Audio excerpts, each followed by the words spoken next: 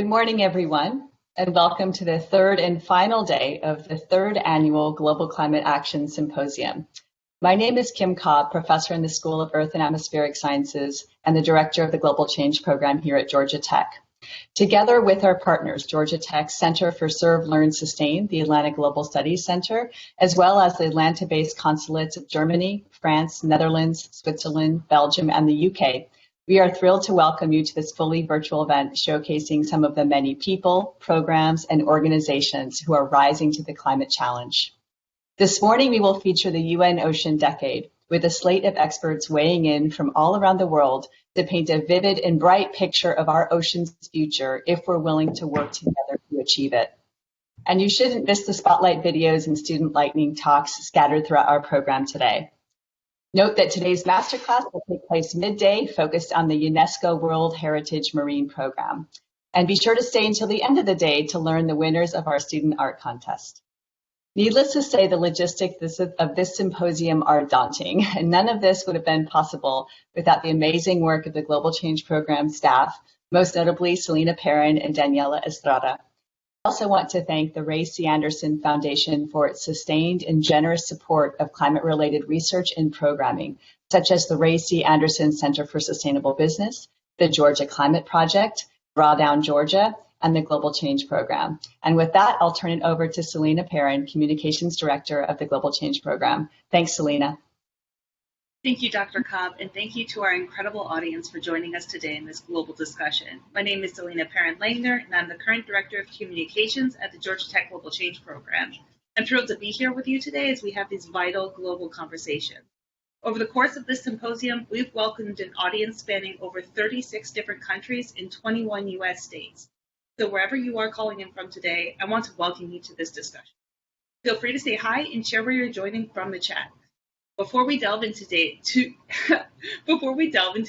keynote with Dr. Dawn Wright, I'd like to welcome two individuals.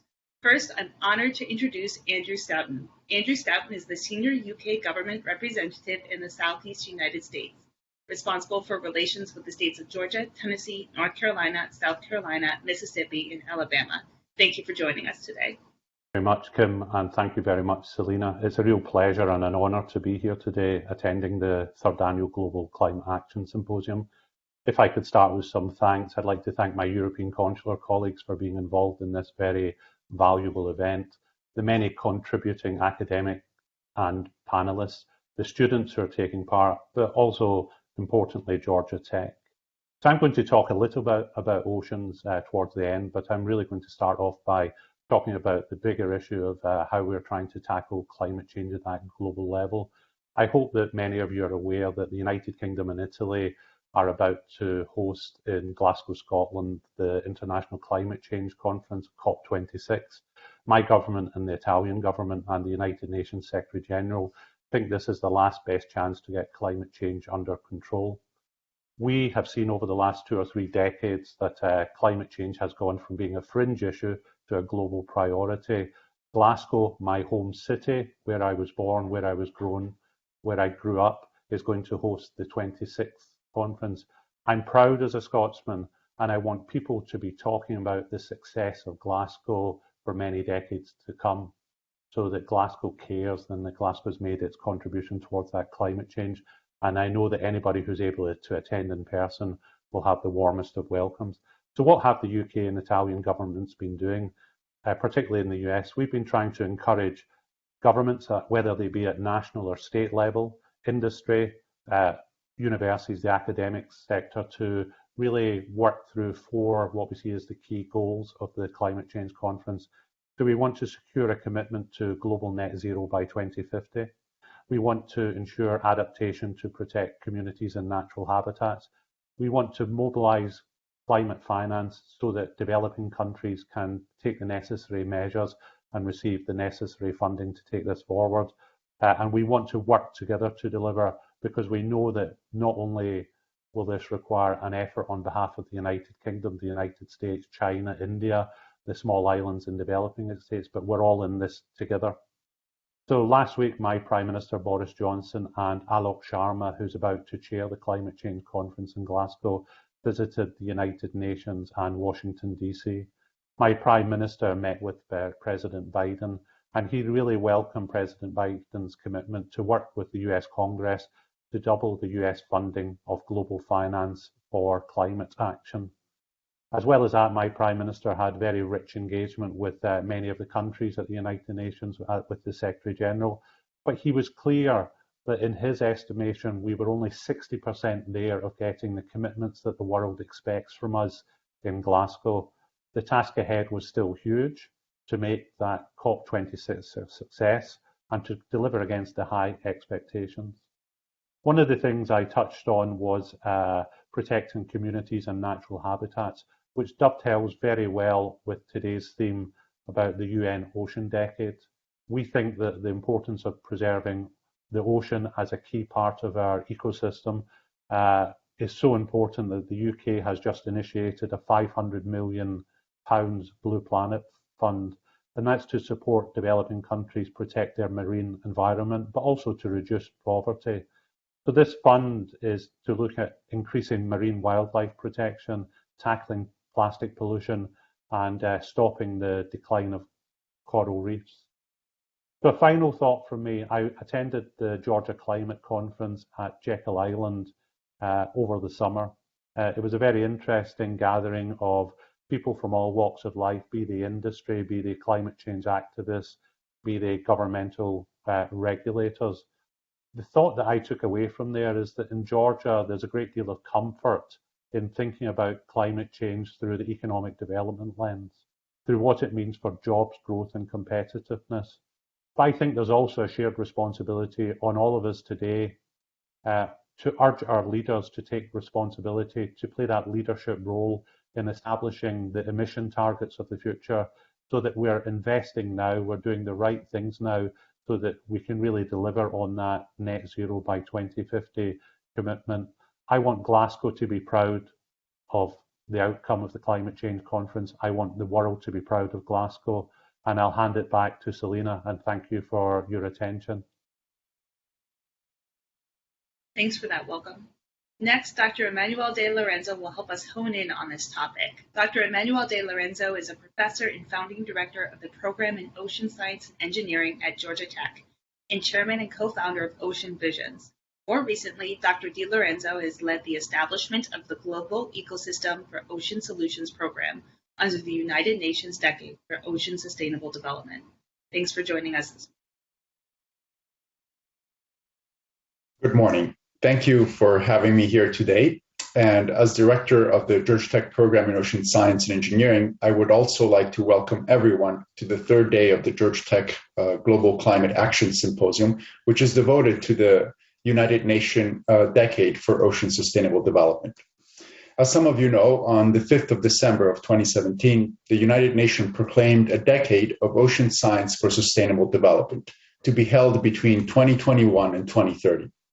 This decade provides a common framework to ensure the ocean science that can fully support countries' action to sustainably manage the ocean, and more particularly to achieve the 2030 Agenda for Sustainable Development. Now, although Georgia Tech is not located on the coast and we're here in Atlanta, we have about 70 faculty and students in the Ocean Science and Engineering program who are working on a diverse array of ocean research spanning the areas of ocean technology, sustainability, and climate, with focus on marine living systems, coastal systems, and microbial systems. The program was formally launched in 2016 to integrate research across the colleges of science and the colleges of engineering, bringing together faculty from three main schools: the School of Biological Sciences, Civil and Environmental Engineering, and the Earth and Atmospheric Sciences. Consistent with one of the goals of the UN Ocean Decade, the mission of the Ocean Science and Engineering program is to train and inspire the next generation of transdisciplinary ocean scientists, engineers, and leaders that can help address the rising challenges that the ocean and people are facing today due to the human and climate pressures. Now, the tagline of the UN Ocean Decade is to develop the science we need to move from the ocean we have to the ocean we want, with a strong recognition that in 10 years from now, the next generations and today's early career ocean scientists, engineers, and professionals are necessarily going to be our leaders to accomplish the Ocean Decade vision and the ocean we want. So what is the shared vision of the ocean we want that inspired the Ocean Decade?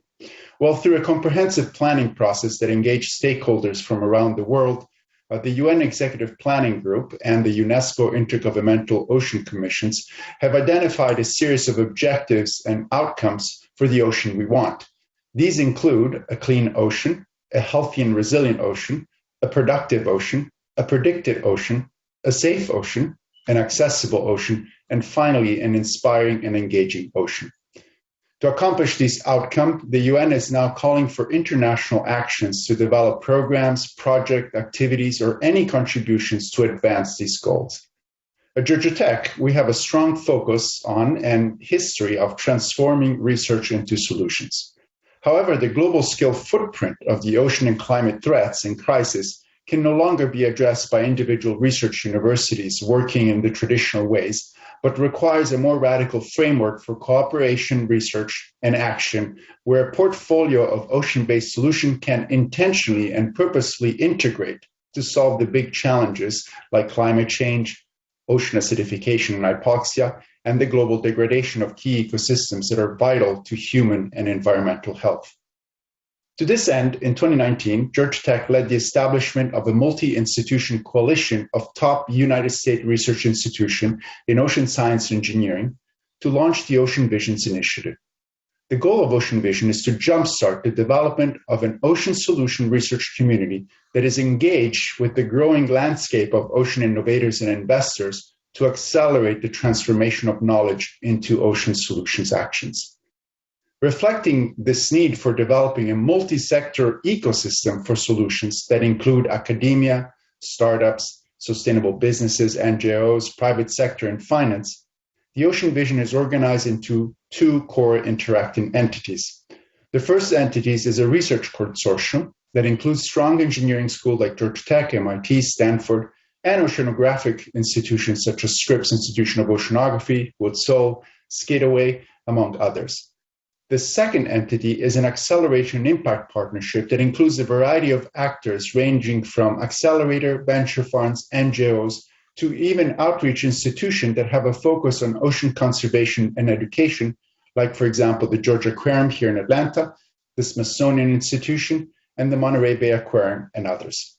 Just in the first year and a half of operations, Ocean Vision has made a tremendous progress in catalyzing research and actions for developing and deploying solution technologies for removing atmospheric carbon dioxide by harnessing and boosting the power of the ocean natural CO2 removal and storage processes. With the launch of the UN Ocean Decade, the Ocean Vision is now merging forces with a series of international partners to establish a global ecosystem for ocean solutions, also referred to as GEOS, to bring a multi-sector international community to co-design and deploy system-level solutions to the ocean grand challenges and climate change.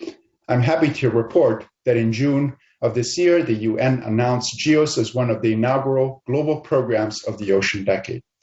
You can learn more about Ocean Visions in the GEOS program later today in the lightning talk section of the symposium program, which I hope will inspire many of you to engage in concrete actions to advance the goals of the UN Decade. There is no question that the ocean and climate crisis needs all hands on deck. We're already seeing the challenges and consequences of the lack of coordinated actions of the world's government. The UN Decade provides a framework to accelerate synergistic action across the academic, private, and government sectors worldwide. And the past has shown us that the biggest innovations that have changed the world have come from bringing together talented and motivated individuals that can work above national interests and also across countries' boundaries. Before concluding, I want to thank the Global Change Program for hosting this symposium and the Georgia Tech leadership who had the vision to support the development of the Ocean Science Engineering Program, the Ocean Visions, and now this new UN GEOS program. Thank you very much.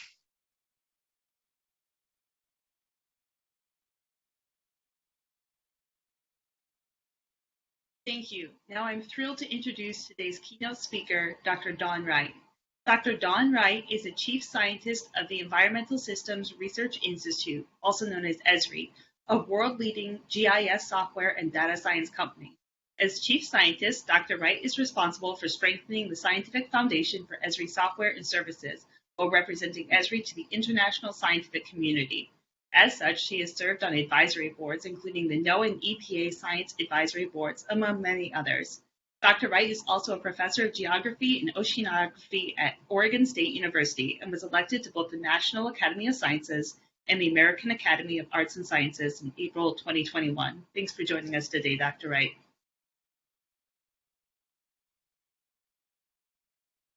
Thank you very much, Selena. And I'm now going to start my presentation. I'm so thrilled to be here at this wonderful event.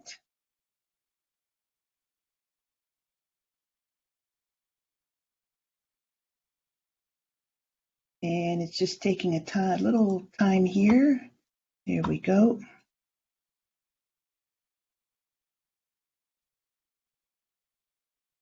Always takes a little time to share that screen. Okay, well, I am so very thrilled to be with you here at this event. And my presentation to kick us off is indeed entitled, Our Ocean, Our Future. And what I'd like to do first is to make a simple statement, which has already been in discussion throughout your event, which is that our world is simply in trouble. This is extremely serious. It's safe to say that what we've done with environmental degradation and the issues of social instability are creating a significant amount of uncertainty for all of us. And any one of these issues that you see on the slide is, of course, overwhelming. They're also all interconnected. Climate change, natural disasters, loss of nature, overpopulation. And addressing these issues with equitable solutions is going to be challenging for all of us, and likely challenging for all of us for the rest of our lives. This is going to require new governance, new policies, new market approaches, and certainly new technologies. And I will be since I'm from a technology company, I will be focusing on technology in my remarks. Now, I can't give you an ocean talk without some beautiful videography, and this is courtesy of NASA Goddard. And I show this mainly to remind us that our world that is in trouble is largely an ocean world. And the issues that beset us are serious indeed. As the oceans warm, this will increase the energy available to hurricanes, as we saw so devastatingly with Ida. These hurricanes can intensify faster and yet move more slowly as they absorb all that heat and sit over us longer, dumping even more rain on us. With regard to fish, we know now that 30% of fish stocks are overfished, 60% are fully exploited, and if ocean acidification and ocean warming trends continue, all of the coral reefs that we know and love could likely be unrecognizable by 2050. And within around 10 years, the ocean is on course to contain an estimated 1 kilogram of plastic for every 3 kilograms of fish. However, let me throw another set of numbers before you which show the heroics of the ocean and how it is already the source for so many solutions. 80. So we know now that the ocean is the foundation for life, hosting the largest biosphere on the planet and up to 80% of all the life on Earth. The ocean generates over 50% of the oxygen that we breathe. It provides a huge buffer against the harmful impact of climate change by absorbing 25% of all CO2 emissions for us. It captures 90% of the additional heat generated by those emissions. And yet, only 7.65% of the oceans are protected, and this is according to National Geographic's Pristine Seas studies. This 7% is compared to 15% on land. The World Database of Marine Protected Areas in terms of MPA statistics backs up this number as well.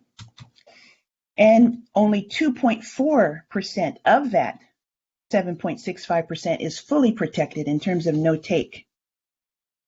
So as the high-level panel for a sustainable ocean economy points out, the ocean is not too big to fail.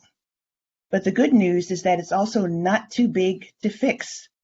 So this is why it is indeed so essential that we as a planet succeed in fulfilling the mission of the UN Decade of Ocean Science for Sustainable Development.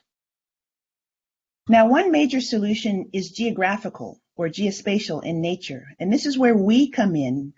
This is where we can come to the rescue as we continue to organize our knowledge of the ocean.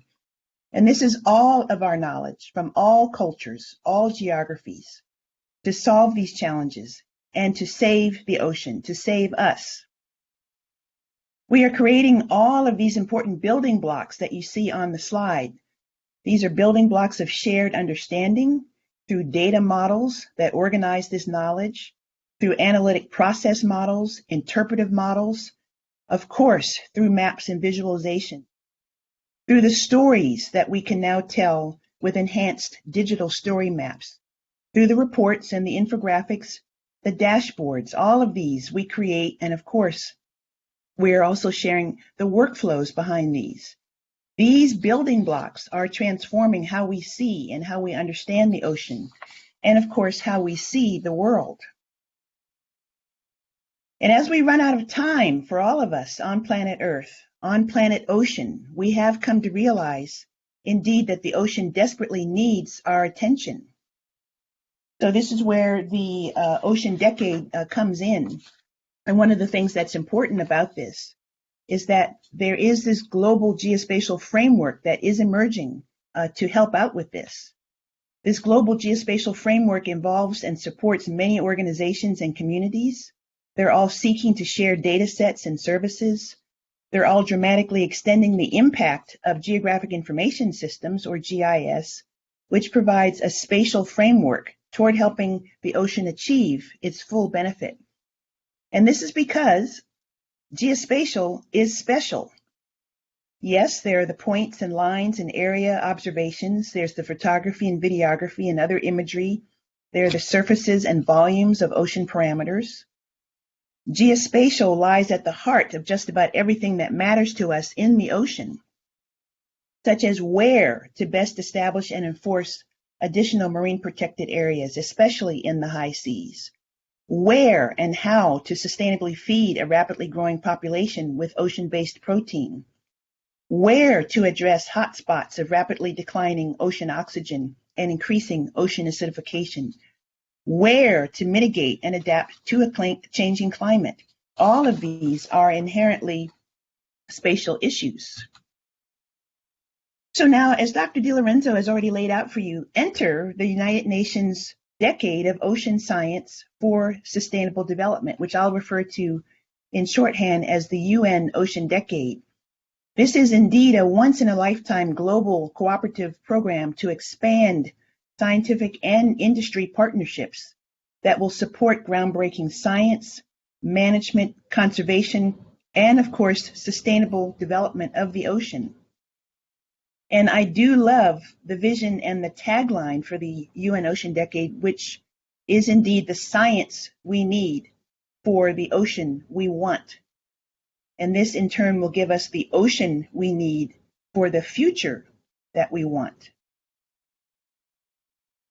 Now, we know that the overall mission of the UN Ocean Decade is also a wonderful extension of the existing UN Sustainable Development Goal 14. It's our favorite SDG, isn't it? SDG 14.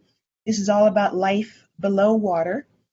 The mission of the Ocean Decade is to bring to bear transformative ocean solutions for sustainable development, and in so doing, to connect people in all of the ocean under the 7 themes that Dr. Lorenzo has already mentioned. I'm going to mention them again because we need to keep these in mind.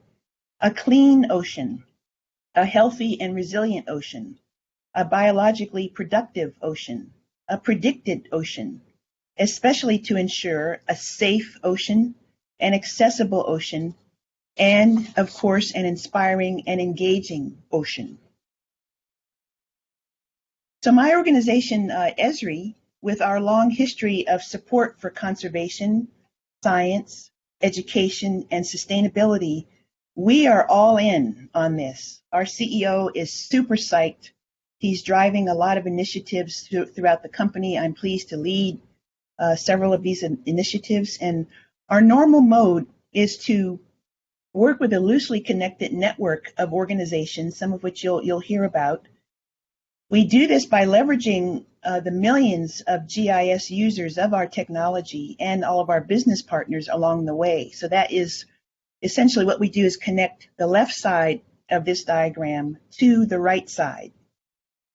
So we have many, many special ocean collaborations that are indicated here in yellow, including Ocean Visions, which I'll talk about in a few minutes. I'll just mention a couple of the initiatives in detail that we are involved in and how we are building solutions in concert with many of these partners. So one of these partners is the UN Sustainable Development Solutions Network. And this was established in 2012 under the auspices of the UN Secretary General. And today it's led by Professor Jeffrey Sachs of Columbia University. The SDSN recently launched SDGs Today, the global hub for real-time SDG data. And they launched this hub in partnership with us and also with the National Geographic Society, with the aim of advancing the global community toward the aforementioned geospatial framework for sustainable development. So SDGs Today is really an open access data platform. It's aiming to advance the production and the use of real-time geospatial data for all 17 of the SDGs, all 17 of them. But certainly there is a growing cadre of material for SDG 14. And so on this site, and please check out the links at the top right, there are tons of curated authoritative data sets.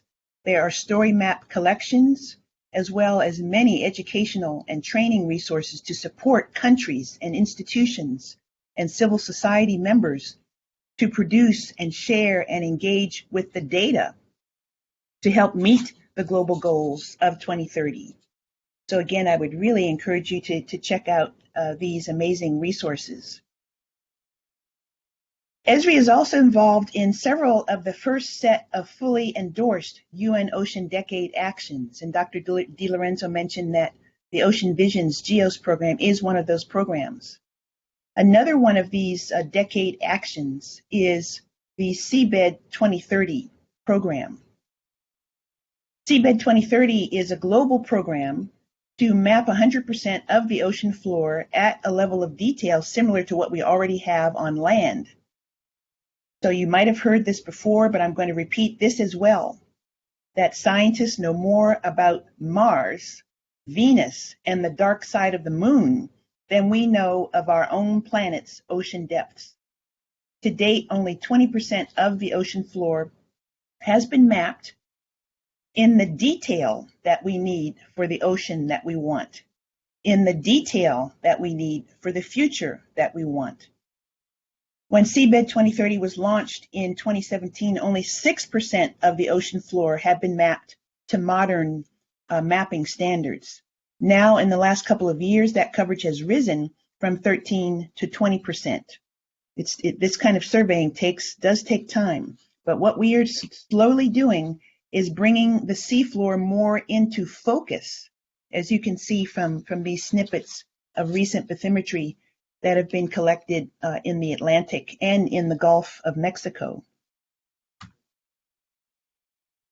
Now, this is a visualization in ArcGIS Earth that was made by the University of New Hampshire of parts of the ocean floor, showing the track lines, the straight lines that you can see. These represent the coverage that we have, the survey lines that we've been able to implement to get towards the 20% of detail that we do have, with the remaining gaps that need to be mapped in the bluish purple underlay. Now, the payoff in getting to 100% stands to be tremendous for everything from ship navigation to climate modeling. Yes, climate modeling from the ocean floor. A clear view of the ocean floor's topography would allow for many benefits. For example, the optimal siting of offshore wind turbines, It would show where deep ocean fishing can be done safely and sustainably and where it cannot and should not be done. And with a clear three-dimensional understanding of ocean volume underpinned by this ocean floor map, meteorologists can better understand how typhoons and tsunamis travel and intensify as they cross the ocean, bringing the eventual storm surges to our shorelines. Climate scientists can also better measure the circulation of heat in the ocean and thus build better models of climate change. And lest we forget, we need this map in order to best site and maintain submarine cables. We would not have the internet without these cables. We could not have a virtual conference like this without the ocean floor. These cables carry signals across the ocean in fractions of a second, enabling telephone and public and private data transmission, and of course the internet, including the streaming internet, the streaming videos. So I depend on the ocean floor to see my must-see programs from the BBC or BritBox, or to get my underground anime from Japan. This is absolutely essential. There's also the emerging concept of a digital twin. A digital twin is a virtual representation of an object or a process or a system that bridges the gap between the physical and the digital worlds. But it's more than just a visualization, because when it is fully implemented with what's known as the Internet of Things, as well as with artificial intelligence, a digital twin stands to accelerate the innovation, helping us to build consensus, to save time and money by iteratively modeling changes. Sorry about that. Testing how components or systems function, and troubleshooting malfunctions inexpensively in a virtual world, even improving business supply chains. So we are now building digital twins of cities, digital twins of landscapes, and of course, digital twins of seascapes are now on the horizon.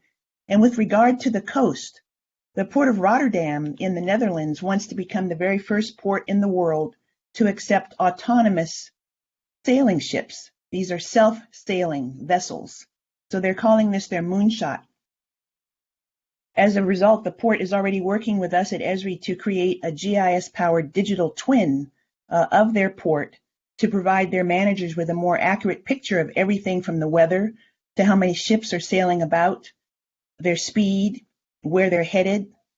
The digital simulations of future scenarios within the port will forecast optimal water depths and berth vacancies to pinpoint the best times for ships to berth and offload or to take on cargo, all with an eye toward improved efficiency and cost savings.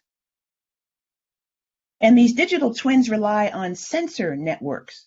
They rely on this Internet of Things, which you can basically think of as all manner of connected devices, even our smartwatches. Those are part of the Internet of Things. And this is all to monitor and to track just about anything that's moving. So if you'll allow me to geek out here just a little bit, here's an example of the tracking on the right of illegal, unreported, unregulated fishing. And we're doing this via automatic identification system signals, as well as precise radio frequency signals. And this is a very serious issue, as IUU fishing costs approximately $23 billion per year in lost revenue. And here we have an R studio session that has been bridged with ArcGIS with the appropriate feature services and image services and REST APIs, JSONs, geodatabases, so that we can more fully analyze these scenarios and interactively map them. And now there is an endorsed UN Ocean Decade program that is called DITO, which stands for Digital Twins of the Ocean. We know that digital twins will be powerful for the ocean, especially as a way to provide more intuitive access to the existing vast stores of ocean data, the models, the simulations, including of those air-sea interactions that affect weather and climate. We have this wonderful existing ecosystem of ocean observing platforms, buoys, robots, ships, satellites. All of these allow us to answer questions such as, what is the state of the ocean today? How will it change tomorrow? But a well-constructed digital twin of the ocean will not only enable a broader range of users to interact with these digital assets on these current questions, what's happening today, what will change tomorrow, but to explore scenarios much, much farther into the future. So we're talking about all of the human interactions with the ocean that over time really are causing the difficulties or are the source of so many of the solutions. So the next question is, how will the ocean change over the next few years, depending on certain human actions? And we're thinking especially of fisheries and mariculture, marine protected areas, ocean-based tourism, ecological forecasting, weather forecasting, marine infrastructure development. All of the interactions between these with an ever-growing collection of data streams. And I must say that the data streams, the data collection of indigenous, coastal, and island communities is absolutely essential to this as well. Now, the UN Ocean Decade is seeking what they call a transparent and accessible ocean, quote, whereby all nations, stakeholders, and citizens have access to ocean data and information technologies and have the capacities to inform their decisions, unquote. So this is what Ditto is aiming for with our series of digital twins that are now in progress. In terms of ESRI, our contribution to this effort is a new global 3D digital ocean that we call the ecological marine units. And as we zoom in the video, you can see the cylinders. They represent data points from NOAA's World Ocean Atlas, which is made up of 52 million observations globally over a span of 50 years. And these are all observations of the primary characteristics that enable life in the ocean: salinity, temperature, dissolved oxygen, nutrients. So this is essentially a 3D base map. It extends from the ocean surface all the way down through 102 depth zones to the ocean floor at around 5,000 meters. It's been a fantastic project that we've been working on actually for several years. We've been working in collaboration with the 10 academic and conservation partners at the bottom. The project is already published in the outlets that you see on the right. It's available in several apps for the web or for your phone or tablet. There are a number of use cases underway, and many of them are building the actual biological biodiversity data into the EMUs themselves.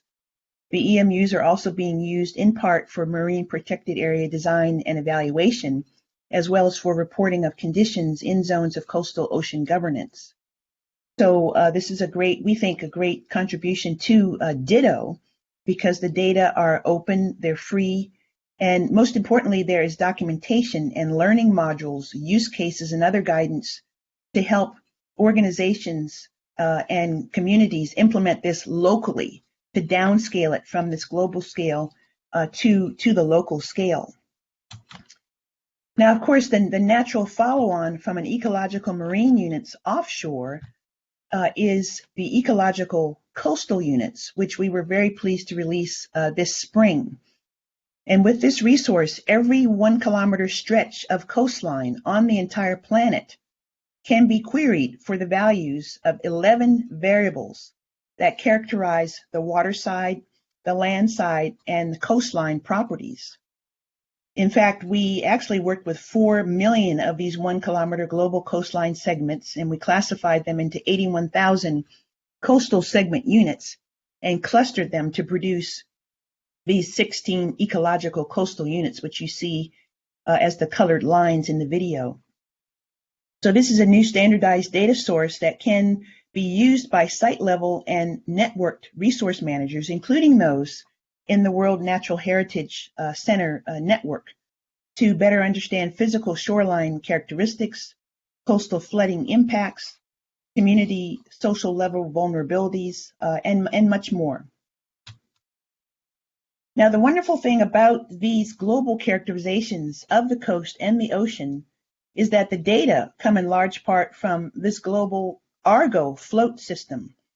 the status of which we at Esri, in collaboration with the UNESCO Ocean Ops program, have built as a dashboard.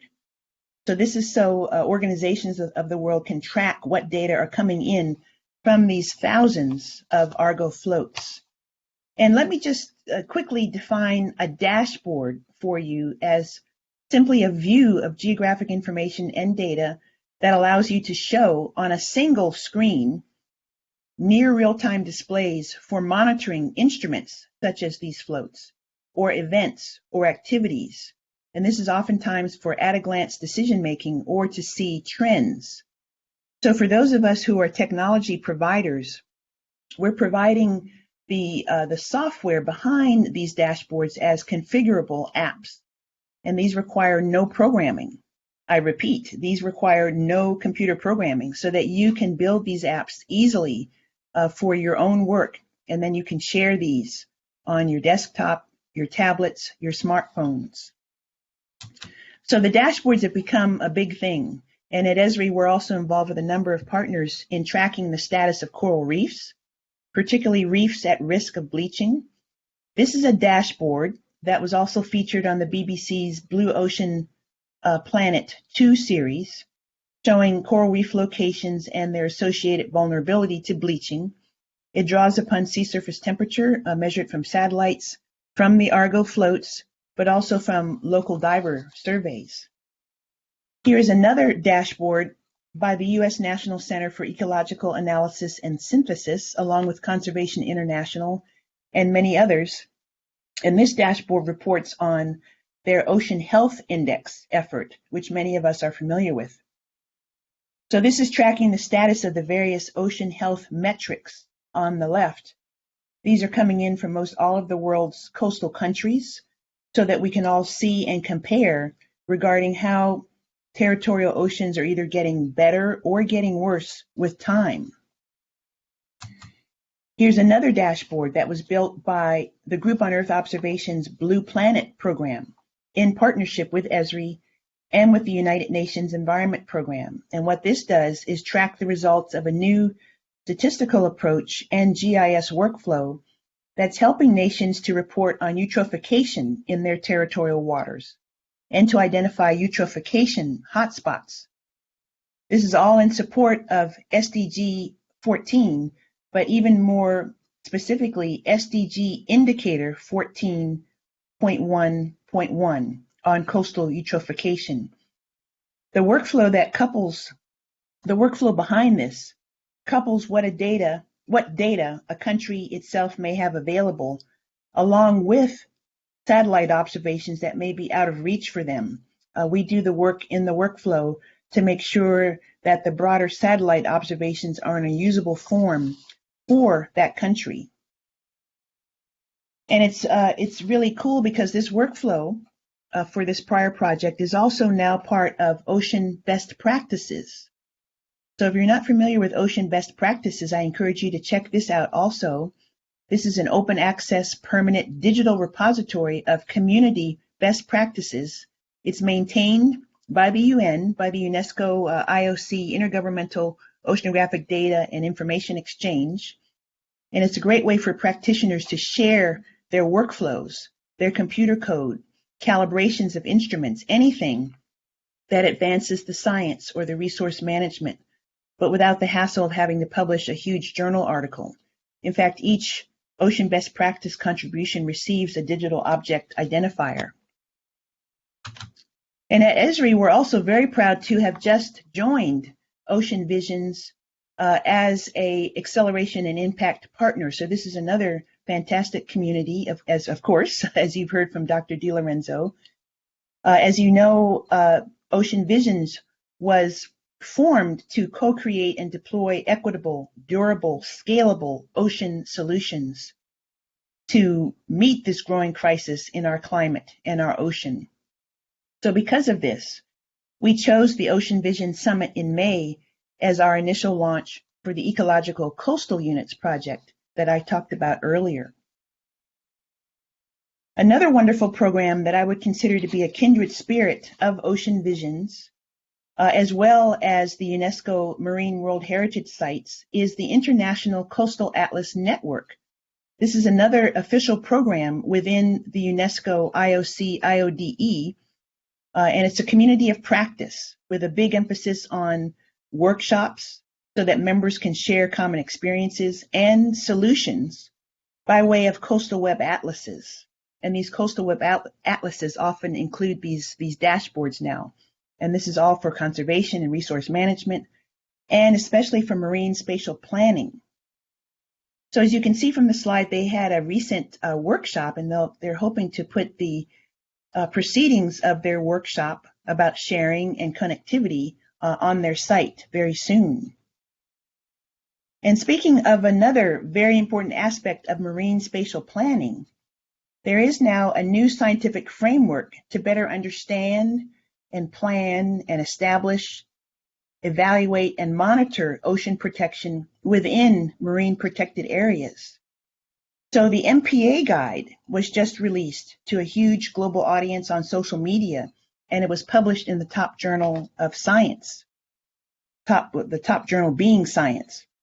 I hope you'll check out the MPA guide if you've not seen this already.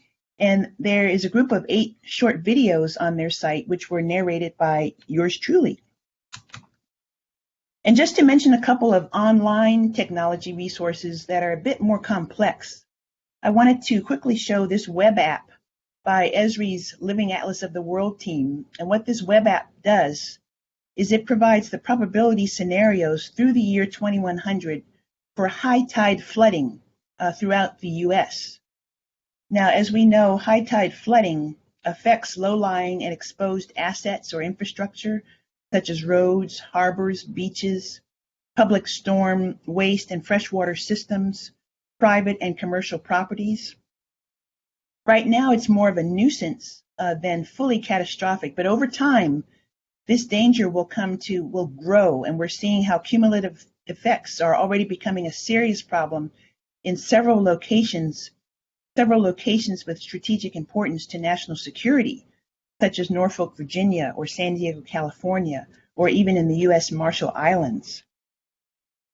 Another app is the online HYCOM Explorer, where HYCOM stands for Hybrid Coordinate Ocean Model. And this is a way to get access to global oceanographic data offshore at your fingertips. So what this app does is that it leverages a 7-day forecast and a 30-day hindcast to help you to better understand the state of the ocean. And on this app are web tools to help you view the data and compare it, but also to create individual time and depth slices for seawater temperature or sea surface height or seawater salinity or ocean currents. And this is all with data, authoritative data, that are shared by NOAA and others within the Living Atlas of the World. So I want to start my concluding segment here and to also say what Andrew Staunton has already said to us, that we are so all in this together. And you're seeing this hopefully many times now, this iconic photo that was taken on Christmas Eve of 1968 by Apollo 8 astronaut William Anders, the big blue marble with all of us having a stake on this marble. In this spirit of all in this together, I want to show what is referred to as a Spielhaus map. This is showing the ocean as one unified body of water centered around, excuse me, just going to take a sip of tea here, centered around Antarctica. It's named after the distinguished meteorologist and oceanographer and inventor Athelstan Spielhaus, who developed the idea for this map in 1942. He released it to great popularity in 1979, but was never able to expose the underlying mathematics for a coordinate system so that others could actually replicate it in a modern mapping system, certainly in a modern GIS. So our projection geometry team at Esri did this. They did the necessary mathematics required to create a Spielhaus projected coordinate system. I'm geeking out again here. This is based on the Adams Square 2 map projection. And this is now available in both ArcMap and ArcGIS Pro to be used with all kinds of data. But even more importantly, look at this map. Look at this one coordinated, one ocean. Could this in fact be the unifying view of the ocean that could be just what the ocean needs right now to get the attention for the problems it deserves? To get the attention, let me restate that, it's very early in the morning for me still, to get the attention its problems deserve. The UN Ocean Decade seems to really like this map and has adopted it in part. So there are many people now who are running with the Spielhaus map. And to come full circle to Seabed 2030 that I was talking about before, a wonderful cartographer, Andrew Douglas Clifford in New Zealand, is using the Spielhaus map to show how much work is still ahead of us for Seabed 2030. So this is a wonderful way to see what has been mapped in detail, but how much farther we have to go by 2030.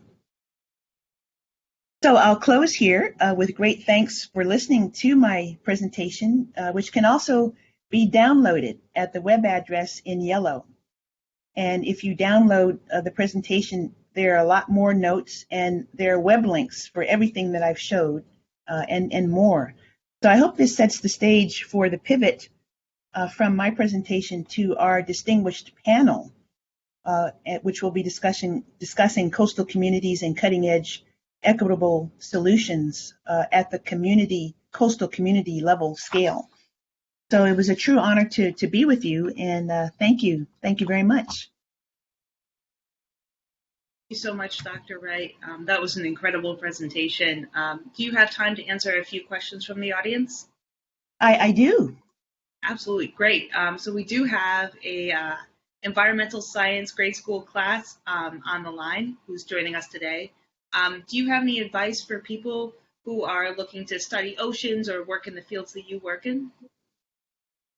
Well, I would first say to look at Georgia Tech, look at all of their programs. Follow Professor Kim Cobb on Twitter. That's one of the best ways. Follow Ocean Visions.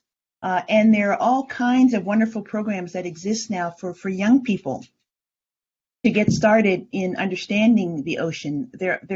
You can follow me on Twitter as well. I'm Deep Sea Dawn, because all of us are sharing these programs for young people.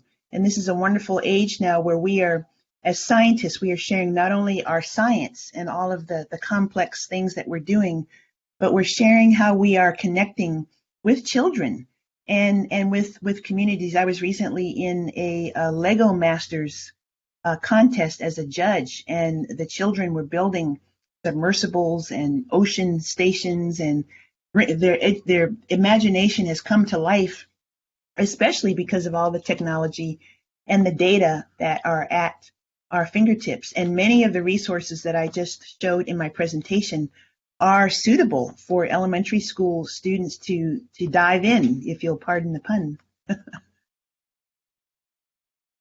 Thanks. Our next question is about sustainability efforts in the ocean. Specifically, the Great Pacific Garbage Patch was mentioned, but more broadly, is there the possibility of integrating the Internet of Things in cleanup efforts or in sustainability efforts for our ocean?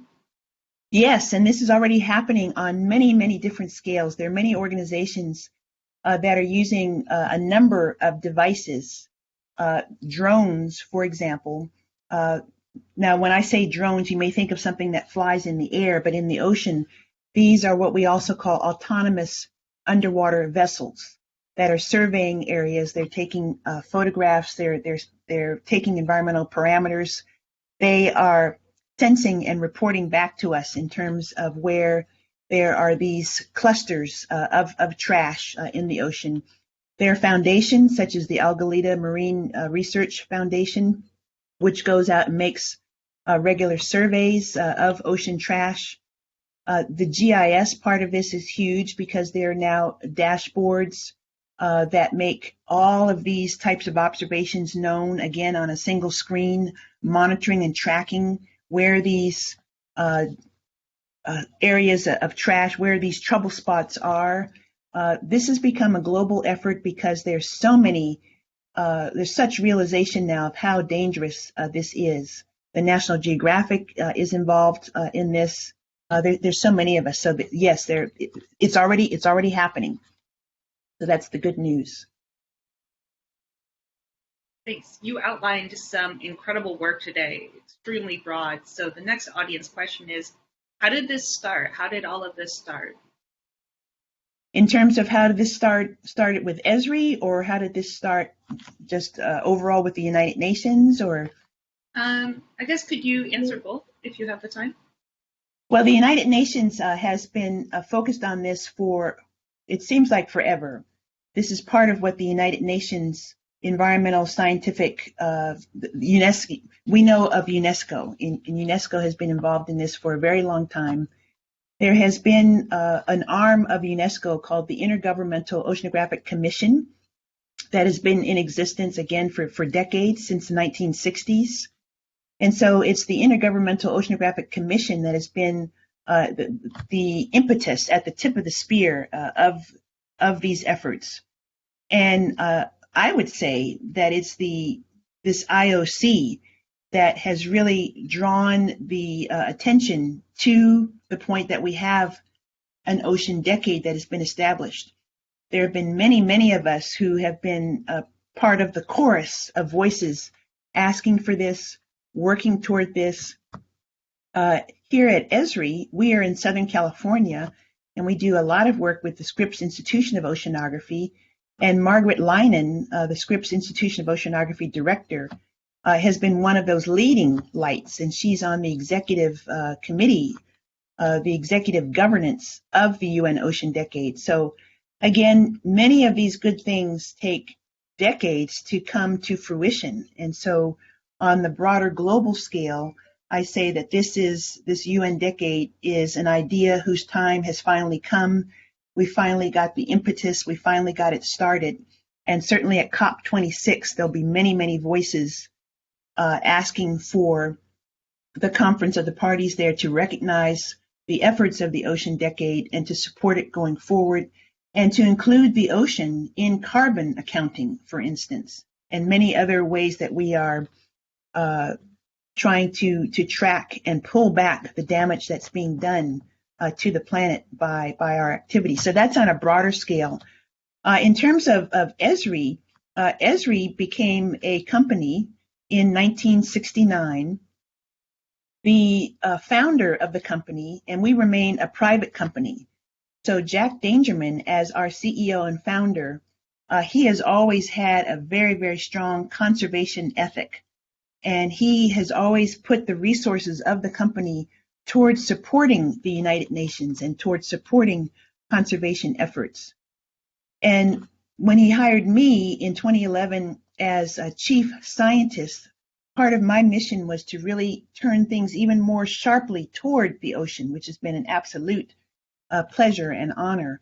So for us at ESRI, this has been something that we have been waiting to support in terms of the UN Ocean Decade, but we have been supporting and working on these efforts for many years. And many of us who work at ESRI, we are already conservationists. Many of us came to ESRI from the Peace Corps, or from conservation organizations, or from hydrographic organizations in terms of mapping. Some of us are, one of our members, one of our staff is a former captain of the Mexican Navy. I came to ESRI as a trained oceanographer. So many of us on staff are already, as I mentioned before, we're already all in. So to use the resources of ESRI, which we give away our software and our time. This is a great part of working for a company like this. Thanks so much. We have a few more audience questions, and then we can wrap up. One more specific audience question was, what's being done, or is anything being done to track potential pollutants from freshwater that are running into our oceans? That is another huge issue. I would actually turn the questioner to Ocean Visions because there are several projects in place Dr. Lorenzo can speak eloquently on what Ocean Visions is doing on that front. There is a lot of activity that's being done by the federal government on that front, actually from the federal government of NOAA all the way down to local communities. This is also a huge activity that is the focus of citizen science groups that are just doing their own water quality monitoring with simple devices, reporting back to their city councils. There are many local governments that are keeping an eye on this issue. This is huge for us in Southern California because we have such a problem with this, as do other parts of the country. But there are many, many efforts at many scales at which you can get involved. And I would be happy to my email address was on the slide, dwight@esri.com. And again, turn to Ocean Visions and their activities also. Thankfully, the great news about all of this is that there's so much mobilization now. There's so much action, as we are seeing by your terrific event. And as you'll hear in the next panel, I'm sure as well. So the next question focuses on the future for diversity in ocean science and engineering. What's needed to move the needle to ensure greater access to this amazing career? We need more people who are from communities of color. To be frank, we need more people who are turned on to the oceans as an area not only to be concerned about in terms of taking care of it, but to really get involved, to really get trained. There's several diversity programs that have sprung up now around ocean science, around coastal science. Oceanography is having the same discussions that many other sciences are having in terms of the lack of diversity. There has been the outgrowth of awareness, frankly, coming from the murder of George Floyd. That one event has spurned so much awareness and so many discussions. Some of those discussions are just discussions, but many things are starting to happen now to get more of us into the discipline. I think one of the best activities right now is just speaking for my own ethnicity. There's Blacks in Marine Science. If you check out Blacks in Marine Science on Twitter, they're also they've spun off into a nonprofit with all kinds of activities for children all the way through to professionals. There are the Geo-Latinas, the Blacks, the Latinas in marine science. So these organizations and initiatives are starting to spring up. A lot of this is happening on social media. And so again, there's much hope in that. For many of us, it's not happening fast enough, but it has started. So, and there is room for everyone to get involved. Everyone of all races, of all orientations, because these are not segregationist movements. These are just, we are all allies in this together. And then, of course, there's the issue of women in science, women in ocean science.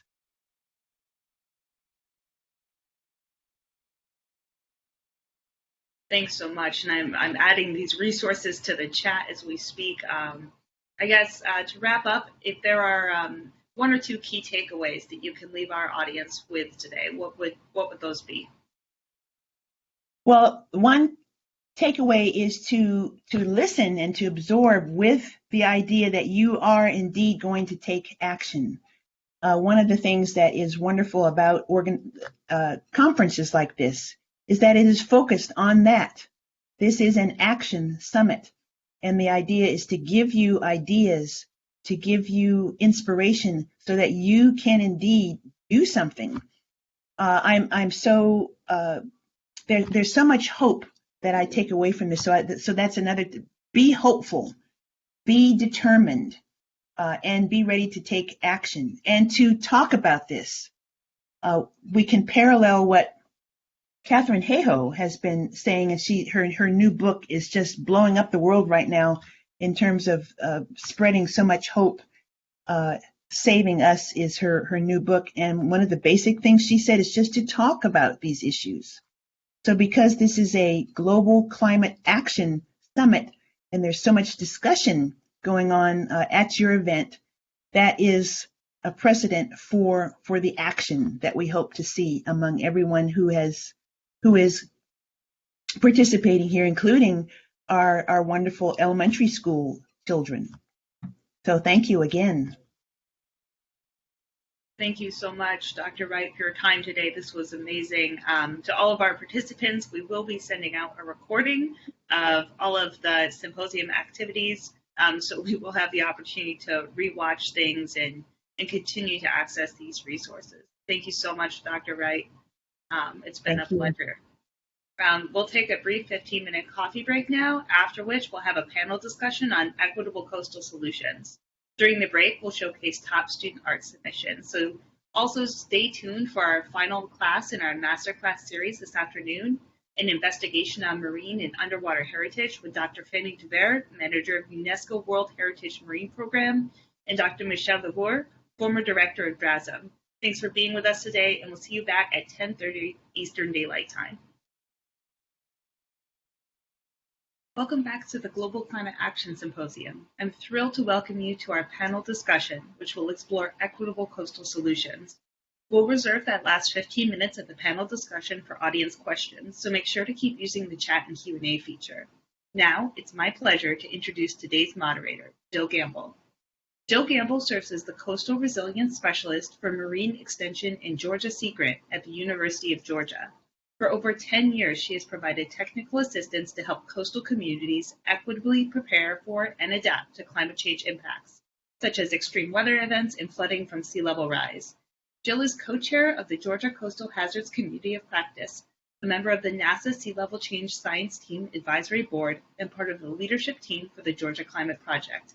Thanks for joining us today, Jill. Hi everyone. We have an amazing panel with panelists from all over the world that we're bringing together for you. I'm going to start by introducing who we have here in our conference. First off, we have Saskia Pardaans. She's a senior advisor on infrastructure and water management at the Embassy of the Kingdom of the Netherlands in Washington, D.C., representing the Dutch Ministry of Infrastructure and Water Management in the U.S., with a focus on water management and climate adaptation.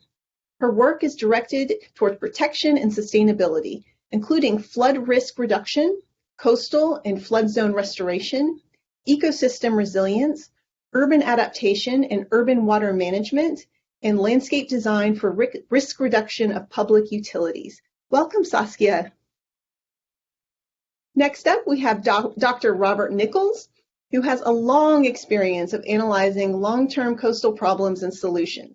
Much of his work has focused on sea level rise and climate change, necessitating an interdisciplinary approach, including considering the coastal zone as a series of interacting systems which facilitates policy analysis. He also has extensive international and global experience, especially in coastal cities, deltas, and small islands. He has advised national governments and intergovernmental organizations, was a lead author to 5 IPCC reports, and currently co-leads the World Climate Research Program Sea Level Rise Grand Challenge. He is a member of the ASCE COPRI Coastal Engineering Research Council and is currently the director of the Tyndall Center for Climate Change Research. Welcome, Robert. And finally, we have Dr. Cornelia Nauen, who holds a PhD in Fisheries Science and Marine Ecology from Kiel University, Germany.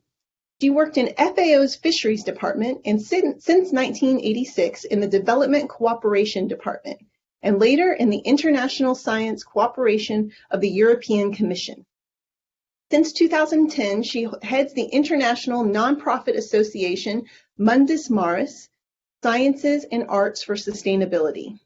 Mundus Maris seeks to combine scientific concepts with participatory research, arts, and practice embedded in local, mixed, and global cultural spaces in Africa, Europe, and elsewhere, with a people-centered focus on ocean, climate, biodiversity protection, and countering social injustices.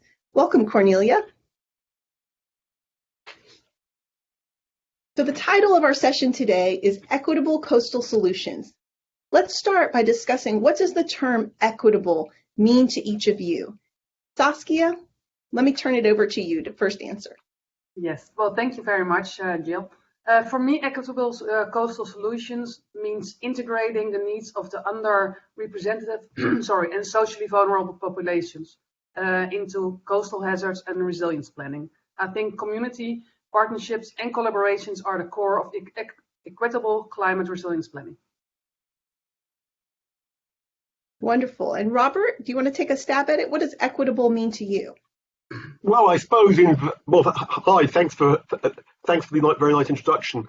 I think it's about fairness, really. I mean, and making sure that we look at winners and losers, and that we try and address and compensate for the losers, really. I think so. It's about fairness and balance and thinking about the whole. Wonderful. And Cornelia, what does equitable mean to you? Thanks, first of all, to have the chance to be with you. And I think I can only agree to what Saskia was already throwing into the debate. I think to achieve equitable use and benefits and a fair sharing of cost and benefit between different user groups, we mustn't lose out of sight what the natural conditions are and how they are changing. So the more we pay attention to, let's say, keep ecosystems in coastal zones functioning and in an integrated way, enhances the chances to find equitable solutions for the different user groups. And I want to underscore also what the previous speakers were saying in terms of paying special attention to, let's say, underprivileged groups in society and make sure that nobody is completely marginalized. So it's people and planet. Thank you. Thank you. So in thinking about equitable coastal solutions, it may be helpful to also share our visions of what a resilient coastline or resilient coastal community means. What do you think of when you envision coastal resilience? And this time, let's start with Robert. Well, I suppose, we're doing quite a bit of work on coastal resilience. Is an idea that's been embraced in the UK. Well, I think it's been embraced widely around the world. And so really, I suppose a resilient coast, I think, is one where it's got a high capacity of people and the places to plan for, better protect, respond to and recover from well, I suppose we're focusing on flooding and coastal change, but you can fill in the blanks, I think. But resilience, I think, always is of something to something. And I think it's quite important. We shouldn't just talk about coastal resilience full stop. I think we always have to think about who we're trying to make resilient and against what. For example, I mentioned here flooding and coastal change. We're not thinking about tsunami in England, and we don't get many tsunamis, so probably it's a good idea not to sort of worry about them too much. But clearly we're not, in other parts of the world, you need to think about tsunami. So that's enough for me, I think. I'll hand over now. Thank you. And Cornelia? Yes, my perspective is very much tainted by collaborations with coastal populations in developing countries.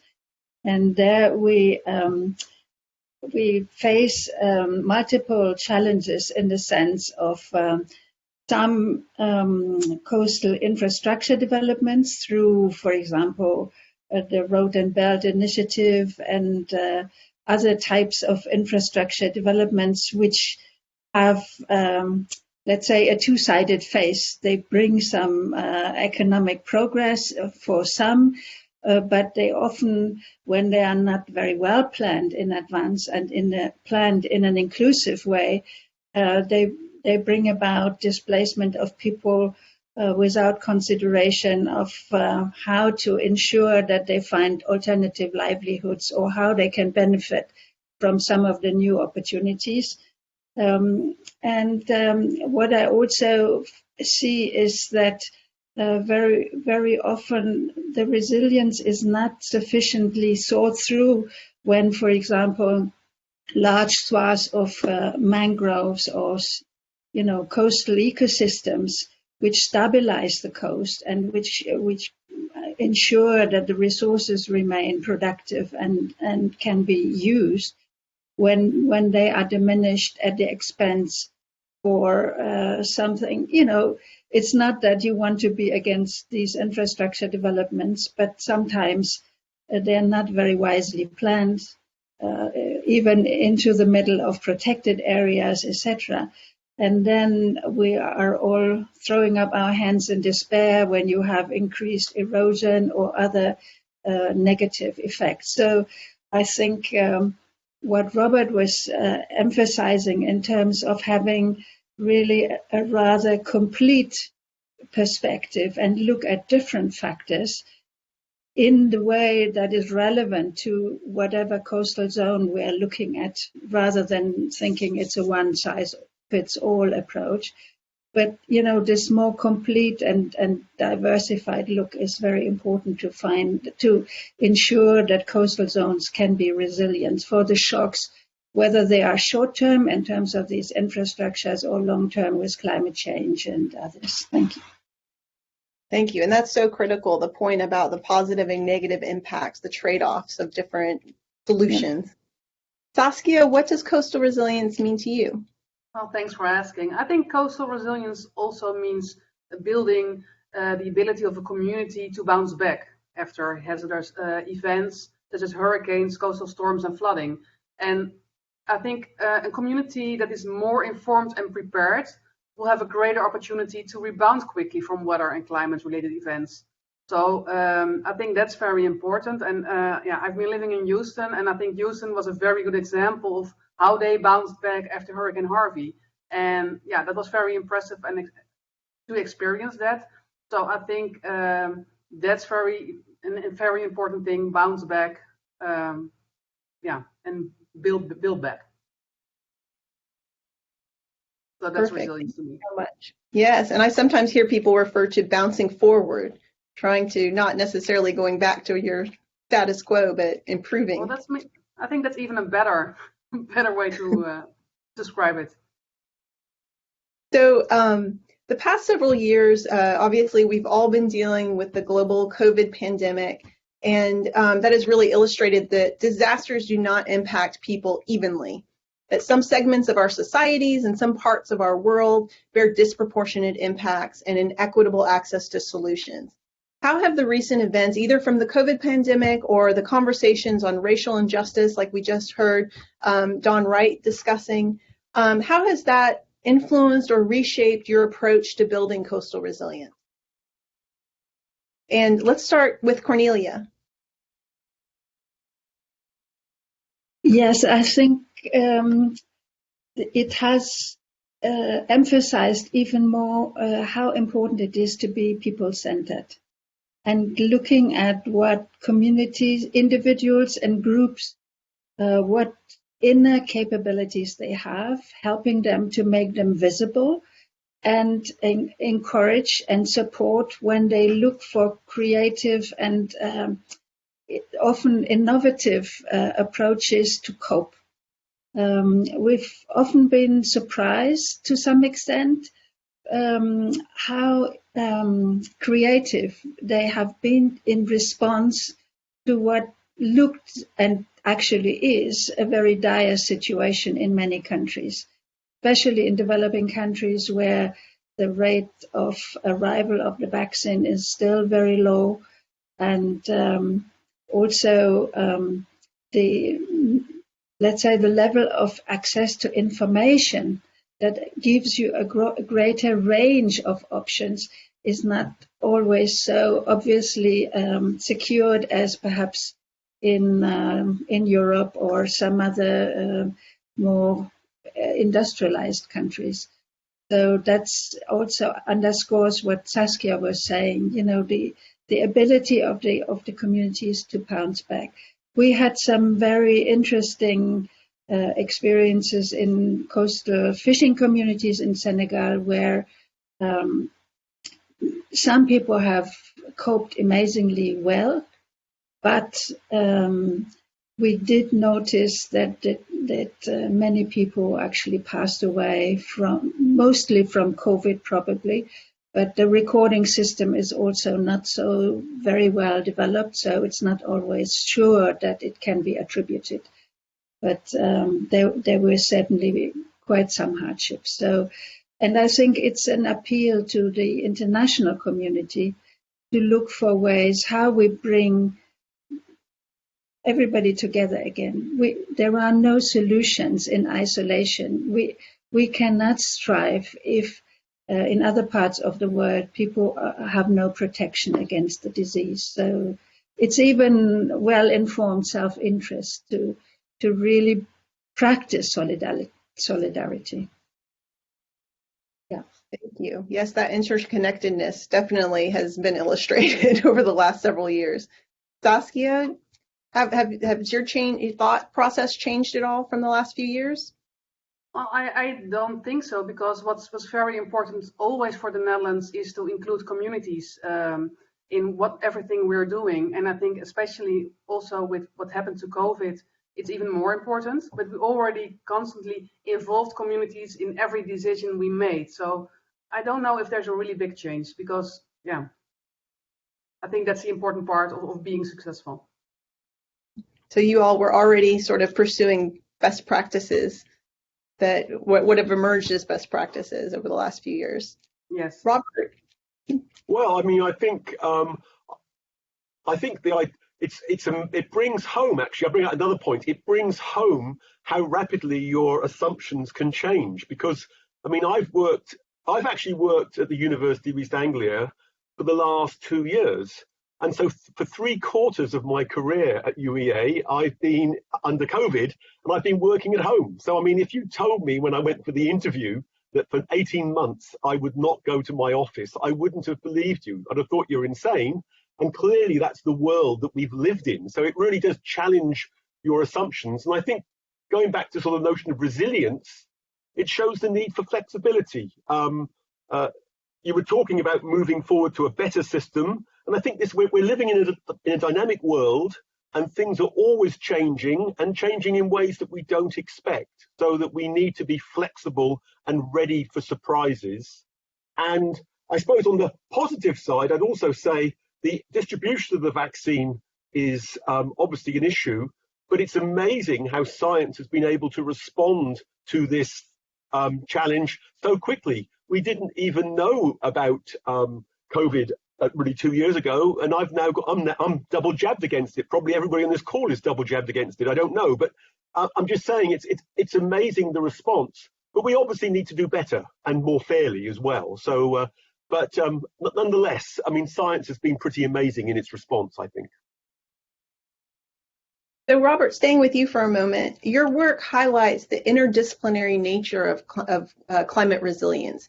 Can you describe what is meant by the term transdisciplinary collaboration? I saw that you had a paper out that was titled Transdisciplinary Collaboration. So could you describe what you mean by that? Well, I suppose if we go back to not many years ago, things were very disciplinary, and actually in coastal areas in the UK, it was really dominated by engineers, made pretty much all the decisions about how things were done. And so transdisciplinary approach is really opening that up, from whatever the sort of discipline that might be focused in an area to really expanding it very broadly. And I suppose we can talk about multidisciplinary, but I think trans is really trying to embrace everything. So the work we're doing in coastal resilience includes, there are engineers there are natural scientists, there are social scientists, there are lawyers, peoples in humanities, and there's the public.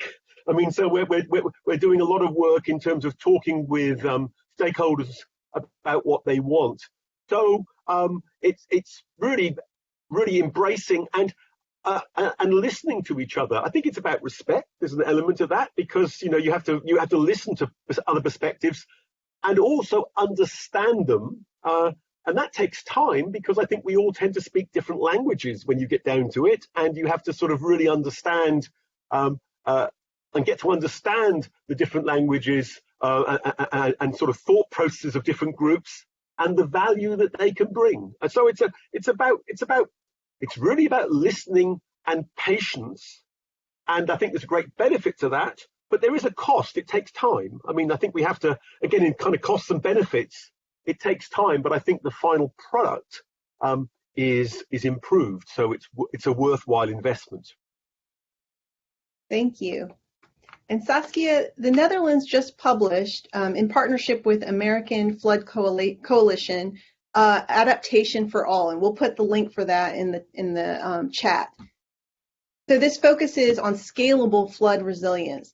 What are some of the ways that we can make coastal resilience scalable, and how can we do so equitably?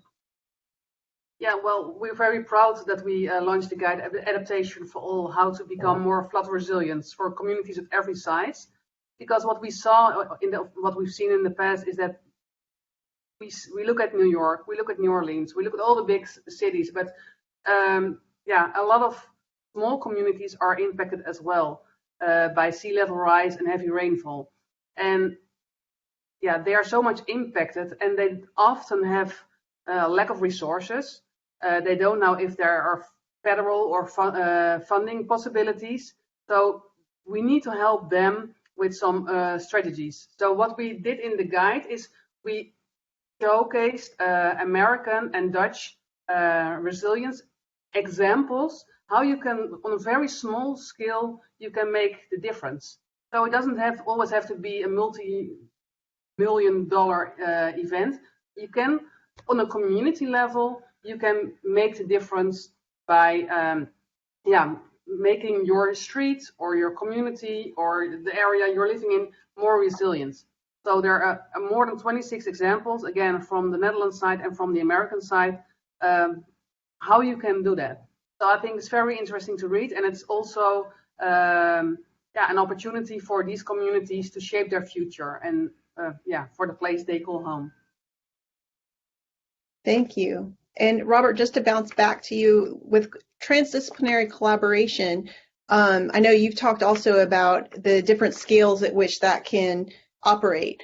Could you expand upon that a little bit? How can that operate at a smaller scale versus at a large scale?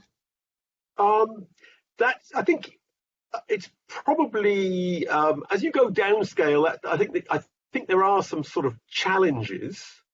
And we've been talking about this within our work in the UK.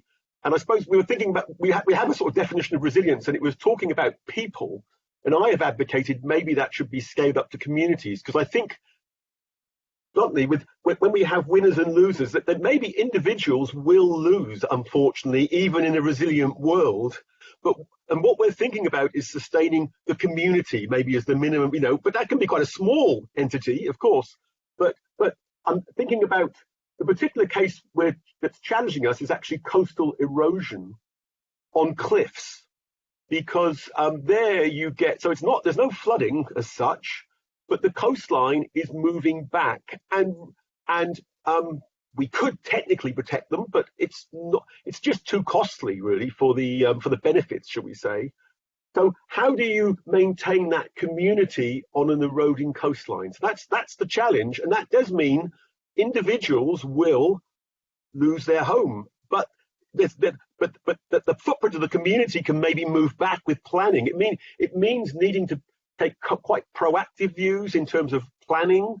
It means taking a long-term view as well of the community. So those are some of the kinds of things. I'm thinking particularly of small communities, and obviously I think some of that learning could be then applied to places that are at risk of flooding as well. But kind of coastal erosion, if your land goes over the cliff, it's gone. It's very binary. It's there or it's not. So it's while flooding is something obviously you can recover from a flood, as people say, you can't really recover from a cliff top fall, unfortunately. Thank you. And just to reiterate what Selena wrote in the chat, if you have questions, please feel free to submit them in the chat or the Q&A. We're going to have time in a few minutes to get to your audience questions. But to continue, Cornelia, Adaptation for All is the result of an American-Dutch collaboration. This is a big question, but what can we learn from other countries about sea level rise and coastal resilience? Does equitable coastal resilience look different in different countries, and if so, how?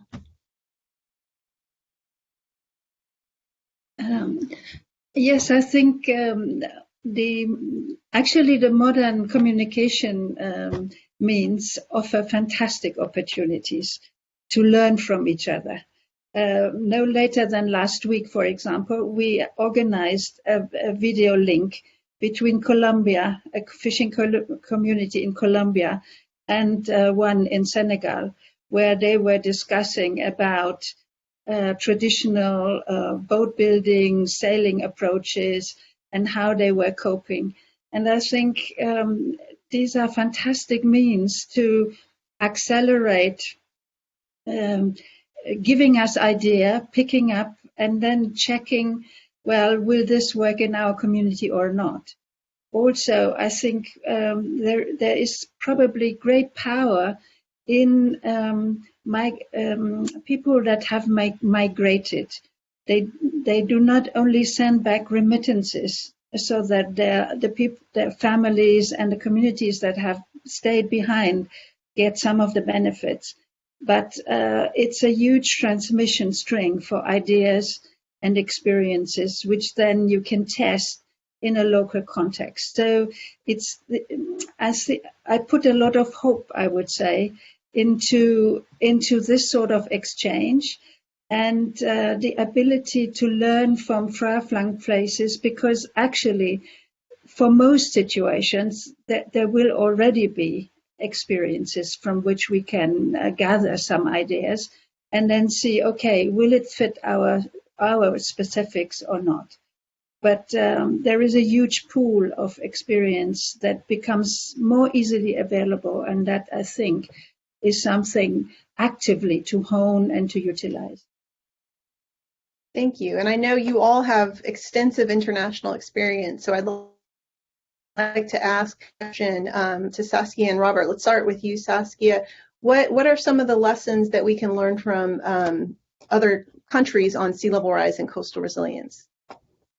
Well, yeah, I think we can learn a lot. And water is, of course, very important to the Netherlands. We even have an ambassador on water.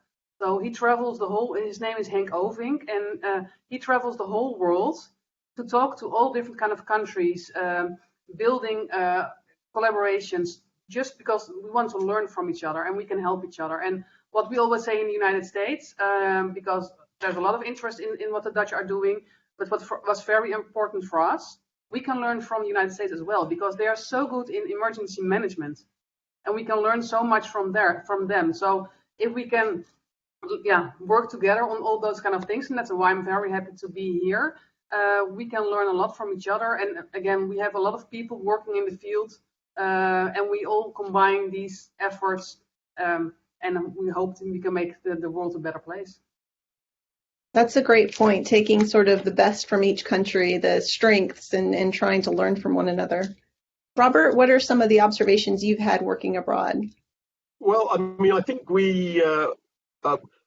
resilience, I think my view of resilience is it's context specific, so it does definitely vary significantly from place to place. But we can learn from each other, as has been said. And I think, when you look, we look quite a lot at US ideas on resilience. We were looking actually at the Army Corps of Engineers approach, and that was very much focused around disaster management, disaster preparedness, dealing with hurricanes. And we don't really get those kind of events in the UK. And equally in the UK, and like the Netherlands, we have huge amounts of defences that are there today. So our notion of resilience needs to embrace defence. Which probably in the US, you haven't got so many defences, so it's not so critical. And then if we talk about a developing country setting, like say Bangladesh, then the notion of resilience, and then the priorities of people will change again. So I think you can see that as you move around, there are some sort of fundamental principles that we can extract, but then you've got to bring in that local context of what the coast is like and what the people want, to really sort of then take those principles and apply them in a sensible and meaningful way in each location. So So I think there's that sort of two-step sort of process, I think, but we certainly can learn a lot. And I suppose, again, you asked about COVID. I think one of the actual improvement in communications that Cornelia had mentioned is also very important. That's been quite transformative, how we've all become so comfortable with the medium that we're talking in now, when before we would have actually probably come together. I might have flown to Georgia to do this or whatever, and now we're doing it in this virtual way. So that really does, I think, accelerate the exchange of information globally. Thank you. That's such an interesting point about integrating lessons from other countries or other communities, but also, having place-based solutions, and that not everything can be universal. Cornelia, you have been very active in pursuing participatory research, using mediums such as the arts and cultural spaces to advance dialogue on climate change and environmental justice. What advice do you have for scientists who may be listening right now, and may be new to the process of co-producing research with communities? Yeah, I think we have experienced as a fantastic opportunity, in the sense that, yes, within our midst there are a number of scientists also from different disciplines, but the breakthrough in some way came when we were much more attentively listening to what the coastal community we were working in were actually saying. So instead of coming with our more principled and rule-based knowledge, which is also, systematized in different ways, we were first listening to what mattered to them. And then, let's say, when we got into a conversation about, okay, what could have been challenges to their aspirations and how to overcome these, and what they could find within their community, within the family, within the neighborhood, within the village, etc., and then match that with some expertise they did not have inside, but which we could bring in through inviting resource persons, or some things we knew ourselves we could contribute, etc. But creating that space where everybody was respected, nobody was judged, but as Robert was saying, respect in how you dialogue is absolutely key to move forward. And then I think, as we were looking for solutions and they expressed them in their own terms, I think we had fantastic learning effects on all sides. It was both the scientists and the community. And it's not always easy, because, as Robert was also saying, we speak different languages, and, within experts, you have shorthand, which comes across as jargon to people who are not grounded in this particular expertise. So there is an effort to be made. It doesn't come automatically. You have to want it. But I think once you make that effort, it is extremely rewarding. And as I say, both in terms of the diagnosis approach towards teasing out solutions that may work, and where scientific expertise will help, let's say, embed locally grounded solutions so that they don't fall prey to bigger processes that may not immediately be visible at the local level. But nobody has better local impact knowledge than the people themselves. So it's this blending that is, requires some work, but is immensely rewarding. So I think I'm also encouraged to see in the leading journals, Nature, Science, others, that more and more articles arguing for this type of research that is open to taking on other knowledge systems and look for new ways of integrating these and finding solutions that are robust. So you touched on some of the benefits, and we've also heard some of the challenges of this sort of iterative research process that's community-based, whether it's taking a little bit extra time or it requires flexibility in your approach. What are some of the benefits, though? Could you go a little bit more into that? You discussed that you can end up with locally grounded solutions. Are there other benefits that researchers should consider, maybe to help motivate them to pursue this line of or process of research? Well, at even to a certain extent technical level, talking to some of the fishers and the fish processing women, for example, on the coast, say women who do the cleaning of fish and descaling. Now, in the social pecking order, they are probably very low down, but because they handle large numbers of fish, they have a very intimate knowledge. They will touch the fish and be able to tell you the maturity stage.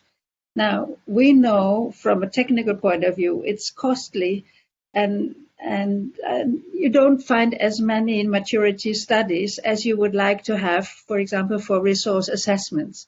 Now, collaborating with these women or with some of the fishermen, I'm sure that one could even cut the cost of some or generate data in unconventional ways, which we have not thought about and which will give richer interpretations to what we do conventionally. So I think the benefits can be on all sides. But it requires really being willing to respect also different types of knowledge and making that effort to understand, because they may express it in ways that don't come natural to the way we deal with knowledge in, I don't know, in the lecturing hall. But yes, there are examples also, for example, in climate research in Latin America with people in the high Andes who, when they observe plants and animals, have quite a good understanding, even in anticipation, which some of the models cannot reproduce at that fine scale. So there are multiple ways in which we can collaborate and make our understanding and the projections more robust.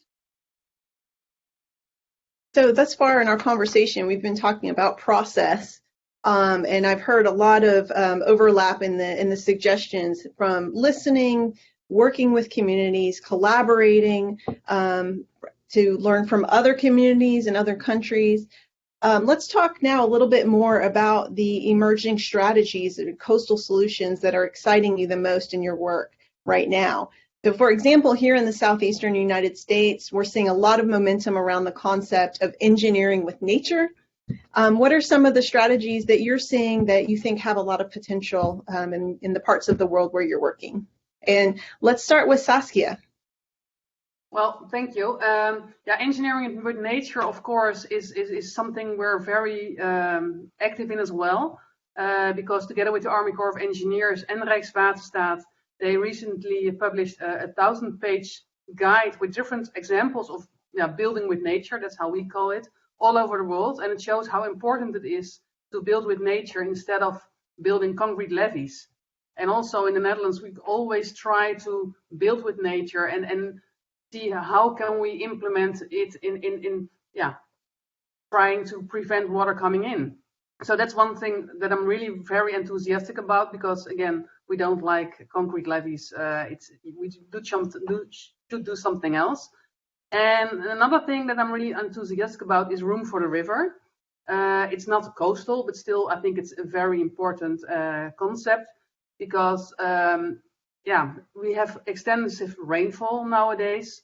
So, and also 2 months ago in the Netherlands, there were record rainfalls and unprecedented flash flooding in Western Europe, also in the Netherlands. And it caused catastrophic damage in Belgium, Germany, and the Netherlands. But what was very good to see that we have the River Meuse in the Netherlands, And there we gave the river Meuse room for the river. So when there's extensive rainfall, it has a way to go around areas. So there is, of course, there was damage, but it was controlled damage. And I think that's a very interesting thing, because you see here, we've seen it in Tennessee, we've seen it everywhere. There's a lot of flooding when it comes to extensive rainfall. But when you give a river room, maybe you can prevent those kind of things. So that's something that I'm also very enthusiastic about. And finally, what I'm really enthusiastic about is rebuilding by design. It's some kind of innovative design competition. So when there is a disaster, like we had Sandy in New York, how can we find ways, innovative ways to come with ideas we never thought about? So that's something I'm really enthusiastic about as well, because I don't think we're not only doing it in New York, but we can do it everywhere, because again, it's a different way of thinking. And I think it creates more opportunities than the traditional planning system. So those are things I'm really enthusiastic about, and I really would love to talk further about that, but we have some other people who want to say something as well. Thank you so much. Some of those ideas are new to me, so I'm excited to hear more. Okay. Robert, what are some of the coastal solutions that you're excited about right now? Well, I think, the working with nature is, I think that's happening everywhere, because I think that basically, we traditionally have tended to not value nature. We've gone for the hard infrastructure, and we've got very good at doing that, but we've lost something in the process. And I think so. Really understanding how we can work with nature to achieve what we want, I think gives. And there's a huge demand from the public. I think the public want this as well. That's another thing to note, that really when there's almost more demand than I think that we can meet at the moment. Our understanding is behind the demand for this, for many types of areas. So, it's going to really develop, I think, in very, very exciting ways. And I think probably more broadly, sort of systems thinking about. So I doubt that we can't working with nature with 7 billion people on the planet is not going to mean we can't get away from having maybe more traditional engineering as well. But I think hybrid, how can we get these things to work together and get the most out of these, and so that people are safe, and we can maximize nature. So I think that really it is exciting, and it kind of really relates very strongly with the notion of resilience, because resilience really is a sort of a systems concept. And I suppose, again, I'm always amazed at our ability now to forecast. Computer modeling is really giving us an eye on the future, which I think, again, works very well with some of these ideas of nature-based engineering, because there are inherently more uncertainties when you use a nature-based approach, but we're developing the tools that will allow us to exploit that. So I think, so in many ways, similar to Saskia, and hopefully adding a little bit. Thank you. Fantastic. And Cornelia, what's exciting you right now? Yes, I think it's, I would just expand on what Saskia and Robert have been saying, because the discussion is just everywhere. And because there is this demand, as Robert has identified it, you see new studies coming up as well. For example, for Europe, they have done some sort of assessment of obstacles on rivers in various ways. And they counted something like 1 million. It is just unbelievable, the number of weirs, of dams, of deepening the riverbeds, etc., for different types of economic purposes. But after having had quite a few floods, there is already a beginning of renaturation of the bigger rivers. When the extremely heavy rains came, Saskia mentioned 2 months ago, it was the smaller rivers that created the biggest damage, because changing the practices had not yet reached into those areas.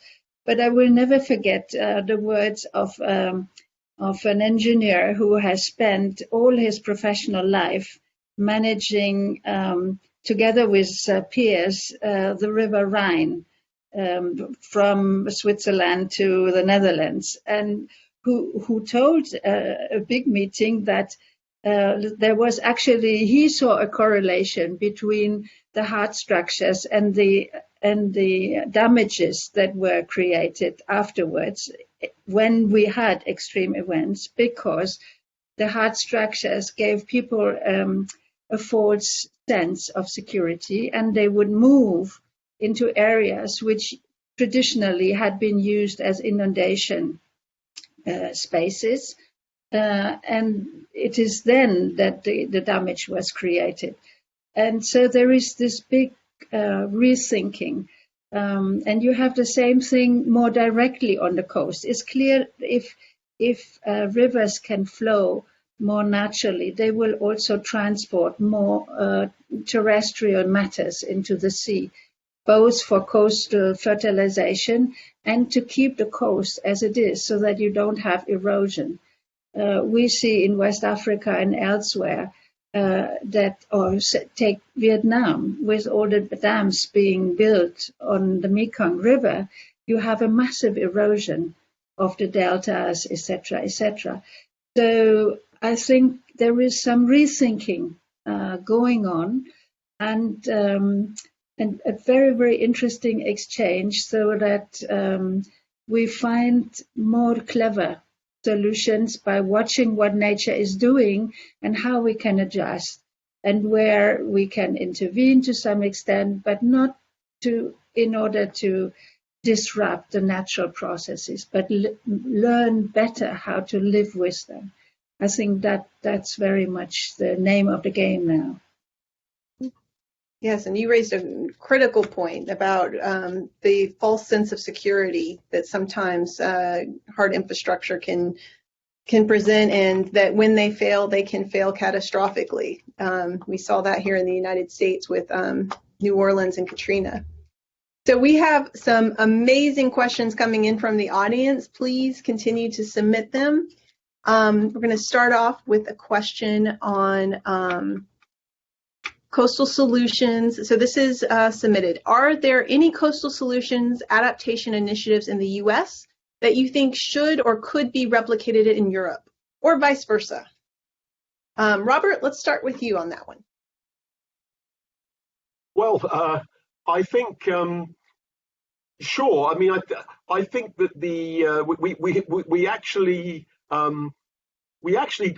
did a study with the Army Corps of Engineers where we looked not at Europe. We looked actually at Cuba and Bangladesh and how they had dealt with hurricane hazards, and the very effective way that the death toll in those events had fallen. Because people may not be aware, but in 1970, I think it was, I mean, Hurricane Katrina was pretty awful in New Orleans, but 300,000 people died in Bangladesh in one night in a cyclone. And there was another big event in 1991 where over 100,000 people were killed. And after that, they've set up very effective warning systems, and then dissemination of those warning systems to the communities. They've built shelters where people can evacuate. And so these aren't necessarily stopping damage to their livelihoods, but they are saving their lives. And Cuba actually has done very similar things. And we brought out points around trust was quite an important aspect of these systems, because people believed the warnings and they acted upon them. They could take their animals with them, which are part of their wealth. And so it was an interesting study funded by the Army Corps of Engineers, where in fact they were taking some of these ideas to think about some of the less developed parts of the US in terms of population density, that these were kinds of very good principles to be brought in. So I think effective warning systems, and again, it's a system. You know, it's not one thing, it's putting a number of things together and making them work well to be effective. Yes.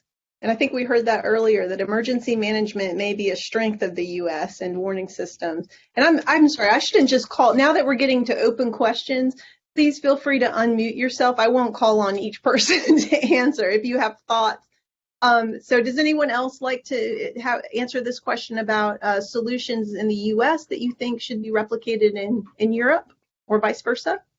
Well, I would like to say something about it, because what you've seen in the last years, and Katrina was mentioned, New York was mentioned, and what we've been doing there is again collaborating, and the collaboration between the Netherlands, the experts there, and the experts from the United States, and see how you can make it work together. So again, in the Netherlands, like in the UK, we don't have hurricanes, we don't have those horrible things. We have extensive rainfall, but we have the experience we're having here and the experience there in the United States. Together, I think you can create a lot of very good things. And Ida was here recently, and also it was hard again for New Orleans. It was very, very, very bad. But the systems they built, they worked. So it's again the collaboration between different kind of countries. And I know we also work very closely with the UK. That's what makes it important, and that's what makes, I think, the things that we're building, thinking about, successful. Thank you. The next question that we have is, how do you take the scientific research being done and share it with the public and policyholders? Who would like to take a stab at this? Well, I'll start if you like, because I think it comes back, to this participatory and sort of transdisciplinary approaches we were talking about earlier.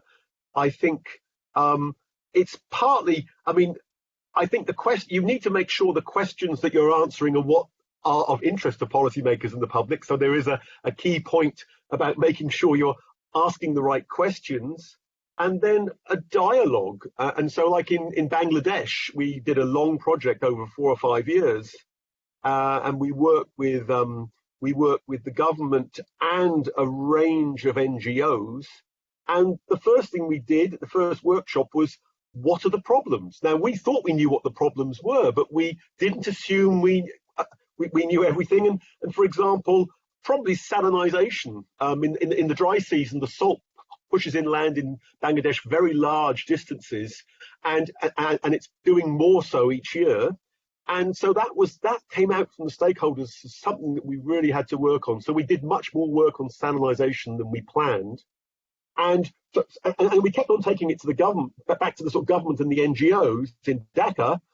But also at the very end, in Bangladesh, they have these things called pot songs, where basically this hurricane warning, this sort of cyclone warning I mentioned, they actually have people that go out with dancers and songs, and they have a board behind, and they actually unwind maybe like, a few yards of the board, picture behind, they'll do a little dance, and then they'll keep on winding, and they'll tell a story, which is basically what a cyclone is, to go to a shelter, etc.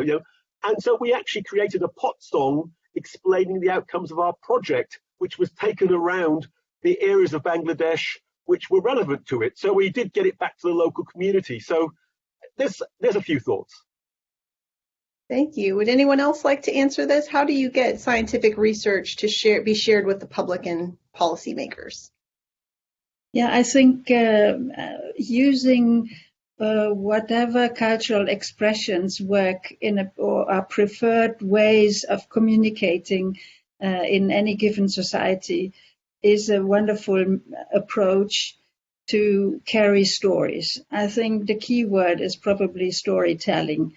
Whether it's in pictures, whether it's in theater, whether it's in stand-up comics, there is a wide range of possibilities to do that. But actually, there is, when you look at the structure of a scientific publication, you have the introduction with where you are right now and what the challenges are. Then you have the methods. Okay, what do you do? And what challenges do you find? And then the next step is you have some results, you start learning something, and you come up with a solution. As therefore you did this and that, and it generated new opportunities or it solved a problem. The basic structure is there, but very often in scientific publications, we write it up in ways that look very impersonal. Now, the same story told, even with a similar structure, but told in a more personalized way or expressed through different cultural means, can carry the story very, very far and the learning very far. And we definitely have seen that also in Senegal or elsewhere, where we've worked with local artists, and they do even stand-up theater to discuss issues in the community. And it's a wonderful opportunity through dialogues and stage performances to make people reflect on what doesn't work and how it could work better. So I think that there are wonderful opportunities if we want to grab them. Actually, for the scientific listeners into this conversation, perhaps they want to have a look at Randy Olson's book, Houston, We Have a Narrative, where he tries to turn his experience from turning from a scientist into a filmmaker in Hollywood and use those skills to feed back into the science community so that we all together become better at communicating and engaging with decision makers, economic and political ones, but also feeding back into the public. So I think it's one of the critical issues right now, because we have to move entire societies forward, and it will not only work through the conventional scientific publications or something. So, yeah. Very good point. So this next question is a doozy. I'm going to just give you a heads up. Get your thinking caps on.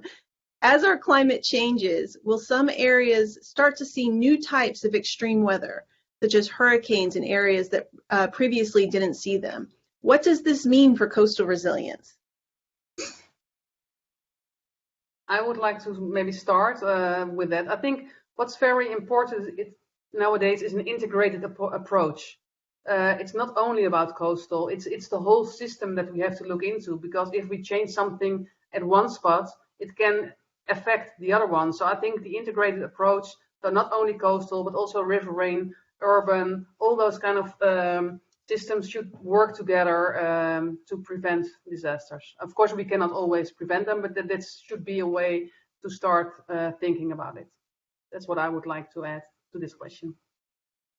Well, if I come in, I think the answer is maybe, really. I mean, certainly if you look at some of the projections for tropical storms, hurricanes, cyclones, whatever you call them, they're the same thing, just different names in different parts of the world. I think the evidence is they're probably going to expand. So I mean, there is, that, and maybe areas that don't see them very often will see them maybe more frequently in particularly the higher, the sort of higher latitudes affected by them. So, but I think it's a maybe, really. I think it's very hard to be absolutely definitive. And then with sea level rise, I think one of the key things, and we're pretty confident about this, is that what is today a sort of maybe a very freak event, or we talk about the 100-year storm that has a 1% chance of happening in a given year. Maybe in a few decades that could be happening every 10 years or even once every year. So we'll see those events happening much more frequently.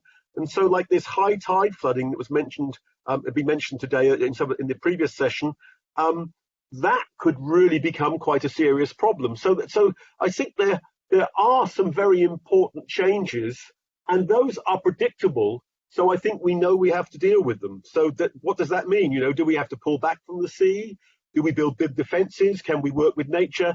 But there are questions there, and the challenge is certainly there, and we can make sensible plans for it as long as we're proactive. I'll stop there. Okay, thank you so much. Let's see, what can we, the audience, do to work towards coastal solutions? Also a big question. What ideas do you have? How can they engage in this conversation? I think I would just say quick, I think probably an important thing people can do is be active citizens. And, because I think one of the barriers to this maybe is sometimes non-engagement of citizens. So I think if people can engage their communities in this, that makes for a more active citizenry who can then engage with these kind of processes. So I think just thinking out loud, I think that maybe would be something that could be done if they feel very strongly about this, or engaging with existing institutions that are there and strengthening them. Yeah, I think what is also very important is to sort of wrap your mind around some of these challenges. Try to learn more about it. Even if certain events may not arise exactly the way anticipated, the fact that you have already thought about it makes it easier to respond or to take preventive action. So I'm all for reinforcing Robert's message of active citizenship, and also from the science side to make greater efforts to communicate in ways broader segments of the population can relate to and connect to. And maybe what I would like to add, what Robert and Cornelia have been saying, again, an active citizen is very important, but also look around in your community. Who are the experts? But also outside of the community, talk to experts about the issues that you're facing, and try to come with solutions all together. So you don't have to find out the wheel yourself. There are a lot of people who have experience. Talk to them, and again, what Robert and Cornelia were saying, be active. Can I come back in with one other point as well? I think often when we present change to people, certainly in a place like the UK, the mindset often can be very much to keep what we've got. So it's protection, with a big, with a general sort of P, to keep things as they are. No change, let's spend money to try and keep it as it is. And actually, I think that's probably a mistake in it. And this is where citizens can come in, to have a vision of the future that's better than today, which we probably want to build anyway. Let's imagine climate wasn't changing. We'd still have a vision of making tomorrow better for our children, and on the way, dealing with all these problems. So I think actually visioning what you want and then thinking, well, how could we deliver it? You can't deliver everything, but if you start to have a vision, you start and embracing other citizens who might share that vision, so it gets delivered, can be very positive. I'm working on a UK project, and we're working actually in Scotland with Glasgow, where the COP26 meeting will be held, and there's Climate Ready Clyde, and they've really embraced this idea of a vision of the future. And I was very impressed with that. I found it extremely powerful and positive set of thoughts on how to go forward, where climate change wasn't really it was almost an opportunity to actually do things better, which I thought was very, very positive.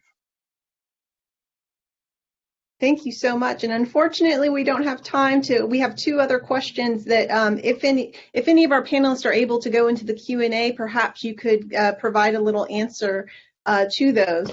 But in the interest of time, thank you so much to Robert, Saskia, Cornelia for your wisdom and knowledge. And I will turn it back over to Selena. Thank you all so much for joining us. Thank you again. I can't thank you all enough for joining us today. This has been an incredible day of discussion so far. Next, we'll spend 15 minutes hearing from students and organizations via short 3-minute lightning talks, after which we'll award the winners of the Student Art Contest. So stay tuned.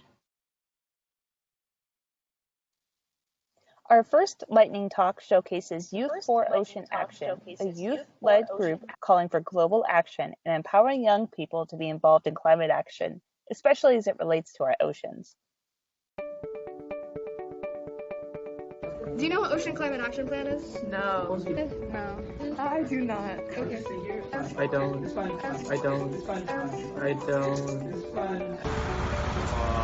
Do you know what Ocean Climate Action Plan is? No. Ocean what? Ocean Climate Action Plan. Isn't it trying to get the ocean's temperature to its regular state? Do you know what Ocean Climate Action Plan is? Yes, it's a plan that supports coastal restoration. Our oceans are pivotal to climate change. Did you know that every year, our ocean absorbs 10.8 billion metric tons of CO2? That's almost a third of our global emissions. Also, our coasts prevent significant storm damage by blocking the biggest effects of high winds and waves. So our oceans are one of the biggest resources for mitigating climate change. So wait, shouldn't we be doing more to protect our oceans? What are some ocean-based climate solutions and what are we doing with them? The first is a dedication of $10 billion towards coastal restoration and living shorelines. While $10 billion does seem like a lot, it could prevent successive storm damage that could cost our communities tens of billions of dollars to rebuild now and in the future. The second opportunity is the decarbonization of our ports. Georgia's 2 ports are essential to its growing economy. However, the infrastructure of these ports and of many others across the nation are heavily dependent on fossil fuels. We need $20 billion for the ports decarbonization program so that we can electrify our nation's ports to make them green and efficient while reducing air pollution. And finally, we have an opportunity to establish a climate solution corps, administered by the EPA to create thousands of jobs for young people to create climate-resilient communities, also addressing environmental justice through locally led science-based projects. Partnering with OCAP, the Youth for Ocean Climate Action held a major lobby day on April 14, 2021. This was the largest ocean climate lobby ever in U.S. history, and Georgia's delegation was the only youth-led lobby team in the entire U.S., featuring even a 6-year-old artist. Each meeting proved that even though we don't have the power to vote, we still have the power to show our government what we want for our future. Our focus for now is to empower youth throughout the nation about our oceans. We started a petition. About 2,500 votes are needed by Labor Day. Youth for Ocean Climate Action Plan also started talking to schools about the importance of oceans against climate change. No blue, no green. Here's how you can help. Scan that QR code and sign that petition. Every signature counts. Step 2. Share this message on Instagram and Twitter to your elected representative. Finally, please follow us on Instagram, Twitter, and YouTube. Youth for OC Action. Thank you. Thanks for that powerful call to action. Make sure to follow Youth for Ocean Action via their social media channels. Next, we'll hear from Donald Gee, a Georgia Tech student working towards an undergraduate and master's degree in civil engineering with a focus on sustainability. Donald investigates sustainable water usage in Georgia Tech's Kendeda building for innovative sustainable design, the most sustainable building in the Southeast. Hi, my name's Donald Gee, and I'm a Stamps Presidential Scholar here at Georgia Tech, pursuing my undergrad and master's degrees in civil engineering. I'm originally from Des Moines, Iowa. While at Tech, I've been able to be a part of a student-led research team focused on the Greywater system of the Kendeda building for innovative and sustainable design. The Kendeda building has had a big impact on inspiring global climate action in me and many other students. I first saw the site of the Kendeda building back in 2017 when it was a parking lot. I was a prospective student visiting campus for the first time, and little did I know how much that parking lot was going to change in the coming years. In fall of 2018, when I started here at Georgia Tech, I live in a dorm just a little bit west of here, so I got to see daily updates on the construction process.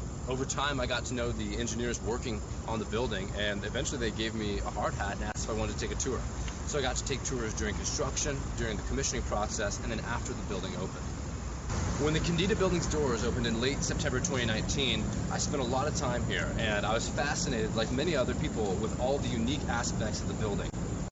The foam flush toilets are definitely fascinating.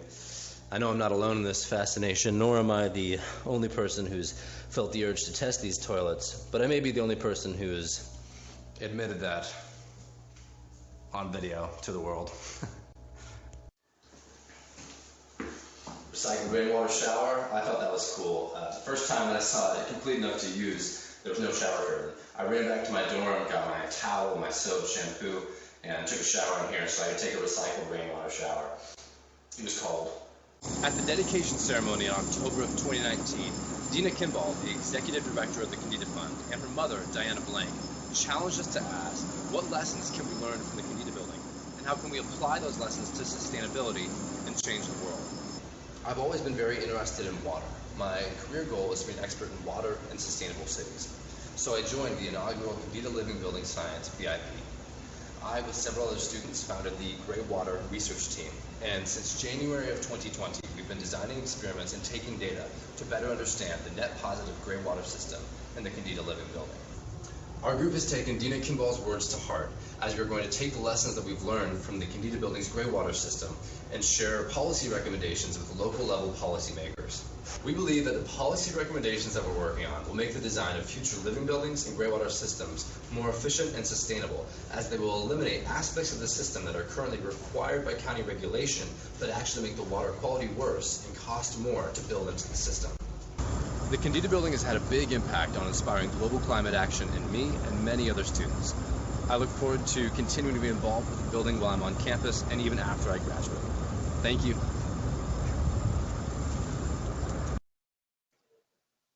Next, we will hear about Ocean Visions, a nonprofit organization catalyzing solutions for ocean health. Hello, my name is Emanuele Di Lorenzo. I'm a professor and director of the program in Ocean Science and Engineering at the Georgia Institute of Technology in the United States, and I serve as founding chairman of Ocean Visions, an initiative and nonprofit that aims at catalyzing solutions for ocean health and climate.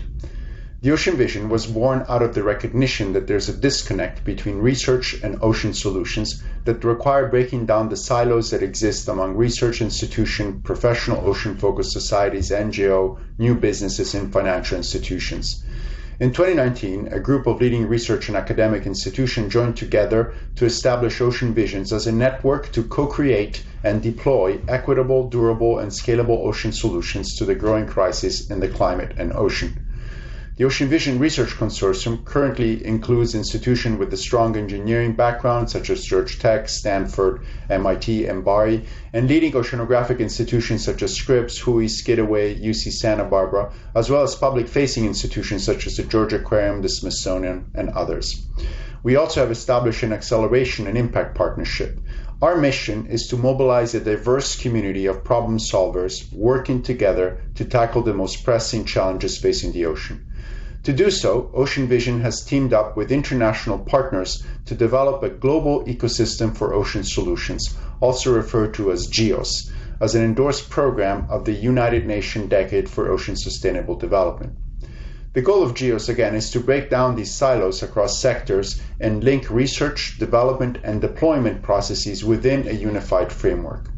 To this end, the GEOS is organized around three main interacting elements that accomplish specific function. The networking and community building, the goal of which is to convene a multi-sector and multidisciplinary, inclusive, and transparent ocean solution community that can co-design and deploy equitable, durable, and scalable ocean-based solutions for climate change and other ocean-grand challenges. We hope, in fact, to announce soon a new UN Decade Community of Practice entitled Ocean Solutions and Innovations.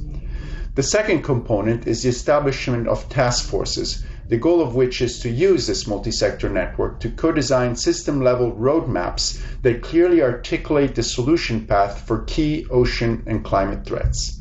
Just recently, Ocean Visions presented a series of ocean solution roadmaps to accomplish ocean carbon sequestration at scale. Now, these roadmaps will be used to catalyze global and synergistic action around central ocean solutions team.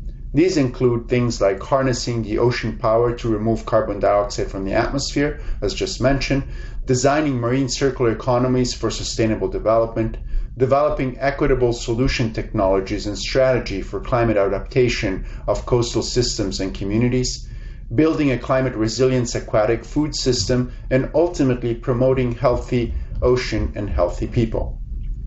The third component is the innovation engine, the goal of which is to act on these solution roadmaps and help prototype, accelerate, fund, and deploy solutions at scale.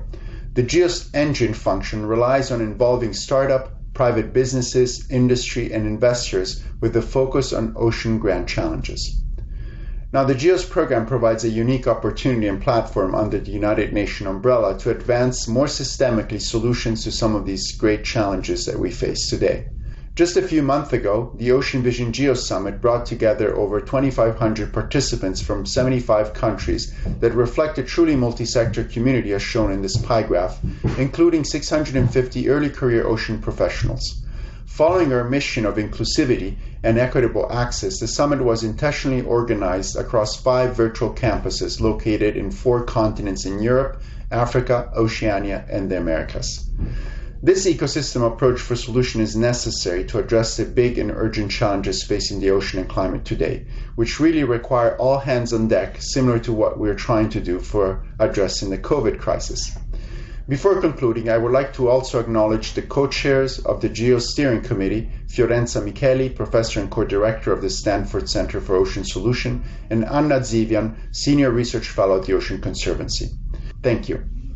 Our final feature takes us to Georgia's coast, a place facing sea level rise and extreme weather events like hurricanes and coastal flooding. We'll learn how the Smart Sea Level Sensors team is working with local stakeholders on life-saving research. Here on Tybee, there are days when people can't get to work or can't get to school. Unfortunately, flooding is a routine event that we need to better understand because it's no longer a once every 100 years kinds of issue. Our data is really helping to this community understand not just where water levels are today, but also think about where water levels are going to be in 20, 30, 50 years. This is something that's in this community's doorstep right now, threatening the lives and livelihoods of every resident in Chatham County.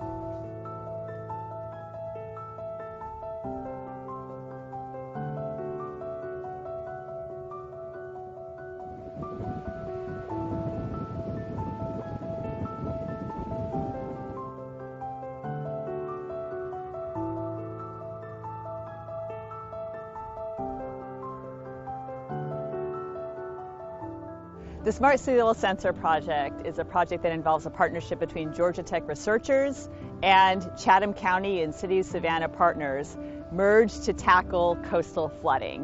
What we're doing is we're installing real-time internet-equipped sensors across the county to relay data back on the status of water levels across the area, and our joint purpose is to keep people safe during increasing events of flooding across the county. We've seen a noticeable increase in the number of flood events here in Chatham County and really along the whole Georgia coast. This is happening with a much higher frequency. Also, more recently, a number of hurricane named storm events that have affected the community led to evacuations at a much more regular basis. This is cutting-edge technology that's being applied in real time to our city, and this is going to help inform our decisions and save lives. I mean, it doesn't really get any better than that. So for Georgia Tech to come down here and offer this capability to our city, it's an incredible opportunity and one that I'm looking forward to growing into the future. There's several components of the water sensor project that are instrumental in decision making when it comes to an emergency response. With having these sensors throughout the community, it allows us to see in real time where the flooding issues are and allows us to be able to make real time decisions as to where resources need to be deployed. And so you think about the tourism industry, you think about the fishing industry. These are aspects where if you have a degraded environment because of coastal flooding that goes unmanaged, then you're going to have immediate impacts on the lives and livelihoods of residents here. This project is completely about the partnership with Georgia Tech and the local community at all levels, the cities, the counties. The partnerships that they have brought to the table and the investment that they have brought is critical for the success of this project. So students are our best asset at Georgia Tech. I mean, we have this crop of amazingly talented students, and they actually are clamoring for real-world experiences. They want to be part of the climate solution. To see really these world-renowned professionals and academicians really taking interest in what's happening here locally, we're gratified for that. We think it's necessary. Obviously, the better we are able to forecast and understand our environment and how water flows in and around us, the better we are for emergency planning, for ingress and egress out of our community. It is really around how we engage the community in this work and understanding all this really highly technical data that we're receiving on sea level rise, but translating that into something that's relevant for Savannah's day-to-day residents. It's basically a tool for making large-scale physical maps of the places we live. And these maps can run up to 16 feet or bigger. The projection on that table guides people as they identify which are the streets, the parks, the waterways, and other elements that make up their neighborhoods that are important to them. This creates just a kind of a rich context for people to have all kinds of discussions about what matters to them and how to make representations of the place they live that accurately represents their experience. In their classrooms, students can work with the data that we're learning from the sensors, but also actually putting the sensors together, assembling them, working with Jenkins High School here in Savannah, where the students have actually been doing the assembly, and 30 of the ones we have deployed, they were a part of. Here at Jenkins with the Smart Sea Level Project, after you get your initial assignments done, you get assigned to either soldering or getting the cases ready. Knowing that they have their hands on a project that could help people in the future is pretty important to them. We're not just doing this for immediate response, we're working on something that could have, future impacts 25, 30, 50 years from now. The engagement and awareness that they talked about was critical to where we are with Savannah. I really want the citizens to really own this process, to feel like they're a part of it. This change is going to take quite a bit of time and quite a bit of conversations that have to be made respectfully, with sensitivity to the economic pressures, the cultural drivers, and the capacity needs to be built from the ground up. Georgia Tech is listening, responding, and coming up with ideas and solutions that the community can then assess, agree with, and implement. This is the reality that we're living in and the global climate that we have. Sea level is going to continue to rise, and how do we inject that into our urban plan, into our neighborhoods, to better inform us and make better decisions in the future? We are here for the long-term process as well, and everybody needs to know that, and that's how you build lasting partnerships that can be impactful in something as sticky as coastal flooding.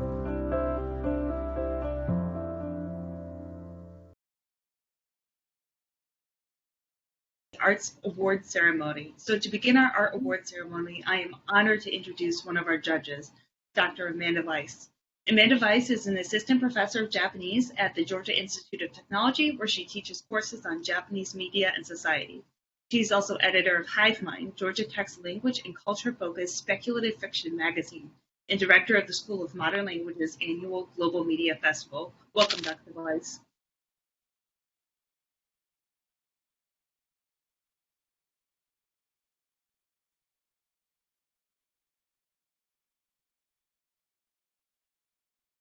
The PowerPoint.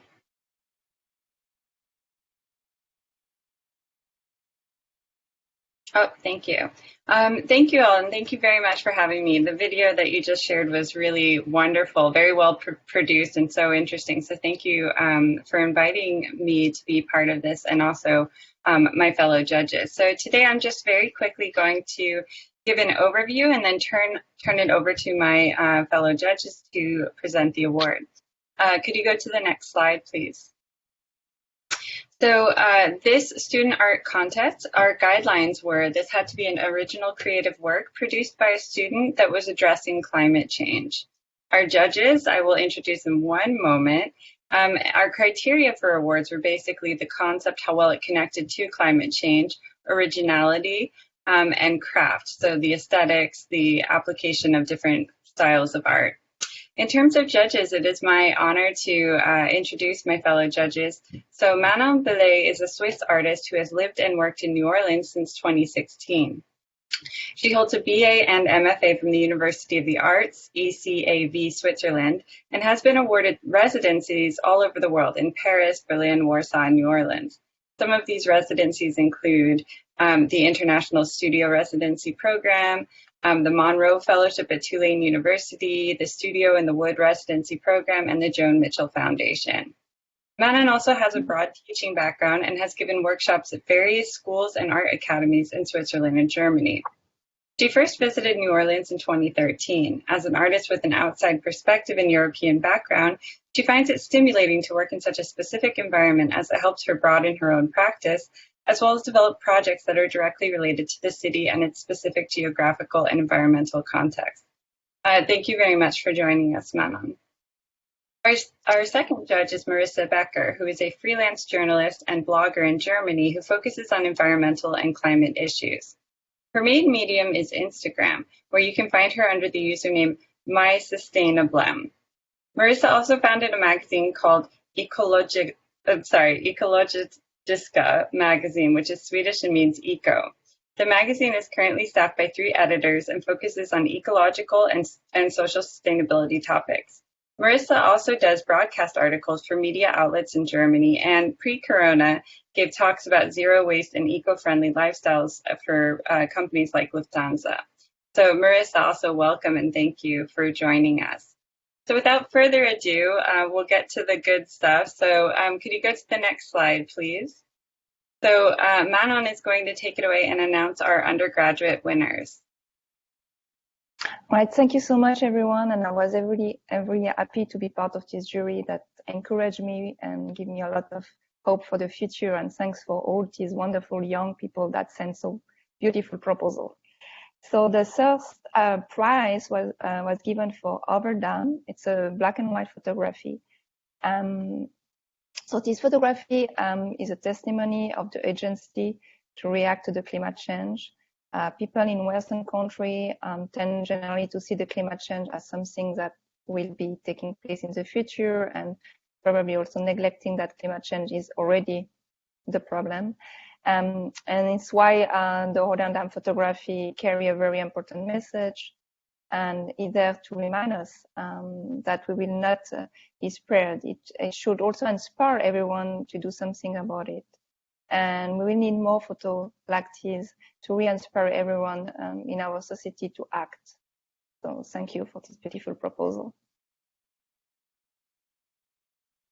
And so the second was, the title is Savior Under Luther. It's a mixed media work. So this surreal work using different mediums carefully juxtapose the power of imaginations to tell a story. They highlight the tragedy of climate change in an ironic way. But it's also here to show us that our strength of imagination is also a strength to fight and debate this global problem that should not be neglected. And finally, the first position is given to Nothing Else Matters, and it's a music video. This song is strong and really well written and composed. It carries an important social message and speaks about a generation bored in the middle of the global warming. It is to be listened with attention and consideration for this generation, and the one to come. So thank you so much for the beautiful work. All right, can you please go to the next slide? So now for our graduate winners, Marisa Becker is going to introduce starting from 3rd place. Welcome, Marisa. Yes, thank you for having me. I'm very excited to share our selection for the graduate winners with you now.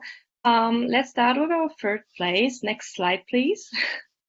It is called Lost to Fire, and we chose this photography as our 3rd place because it captures the consequences of climate change and environmental destruction in a very impressive way.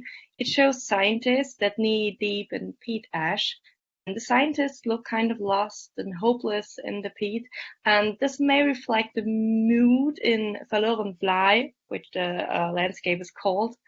And be an insight into the future if we don't stop destroying our environment. So this very impressive picture outlines a problem which is not well known by now. We will need more artwork like this in order to make it more popular, and this is the reason we chose Lost to Fire to be our 3rd place. Congrats. Next slide, please. Our second place is also photography, and a very beautiful one of a glacier. It is called Glacial Place, but it sends a very sad message, as the glacier shown will probably not be there in the future due to climate change. The photography makes visible, which seems to be overseen all the time, and that is that our planet is already changing and that we are all already experiencing climate change. It's not something that lays in the future, but it is already happening now. And this should motivate us to do everything possible in order to conserve beautiful landscapes like this and also the rest of the world. And this is why we chose Glacial Place to be our second place. Congrats! And now to our first place. Next slide, please. Our first place is called On Field, and it is an installation. It is a very impressive mixture of photographs, the installation space, and also audio. And watching and especially hearing On Field is very moving, as it also gives an insight into something we barely know or get to know in our daily lives. It portrays the life of people that are already suffering from the climate change. It tells the story of field workers in Ethiopia, Morocco, and Ghana, and also of 3 researchers which are reflecting on their experiences with field work at the moment. And as I already said, this is a perspective which is barely seen, especially in the Western countries too. So this is also a very important artwork. We definitely need more of this kind to remind ourselves that climate change is something that is very present also right now. And this one is also just wonderfully done too. And this is why we chose On Field to be our first place today. Congrats. And thank you. Thank you, Marisa. Can we go to the final slide, please? We just want to extend a thanks to all of the artists who participated in this contest. We loved seeing your work. We loved seeing the variety of approaches and of different types of artistic fields and methods that were used. So thank you again so much for participating, and thank you for inviting us to participate in this event. Thank you all so much, and also thank you to our judges who spent so much time looking over all of this student art. I know we had some amazing art pieces that we've all been enjoying throughout the symposium during our coffee breaks. So I also want to thank our judges for making those hard decisions, and to the Swiss and German consulates for organizing a lot of this art contest. And again, for those art pieces, we will be sending out some links so that our audience members can listen to and view some of those top student art pieces, which are these amazing audio-included art pieces. So as we conclude the morning sessions of the symposium and head into today's afternoon masterclass sessions, I'd like to hand it off to Mr. Vincent Hommeril, Consul General of France in Atlanta, for some closing remarks. Good morning, everyone. I am very happy to conclude the 3rd edition of the European Climate Diplomacy Week. It was a pleasure to collaborate for the 3rd year in a row with 5 other European consulates in Atlanta, that of Belgium, the United Kingdom, Germany, the Netherlands, and Switzerland, as well as the Georgia Tech Global Change Program, to put together this unique event highlighting key perspectives on climate change and the future of our planet. Over the past 3 days, we have heard from outstanding experts on topics like sustainable food systems, climate and health, and the UN Ocean Decade. I would like to take this opportunity to thank all the speakers who shared their thoughts and knowledge with us and our audience in the US and in Europe. For the 2nd year in a row, the virtual format that the pandemic has imposed on us has provided an opportunity.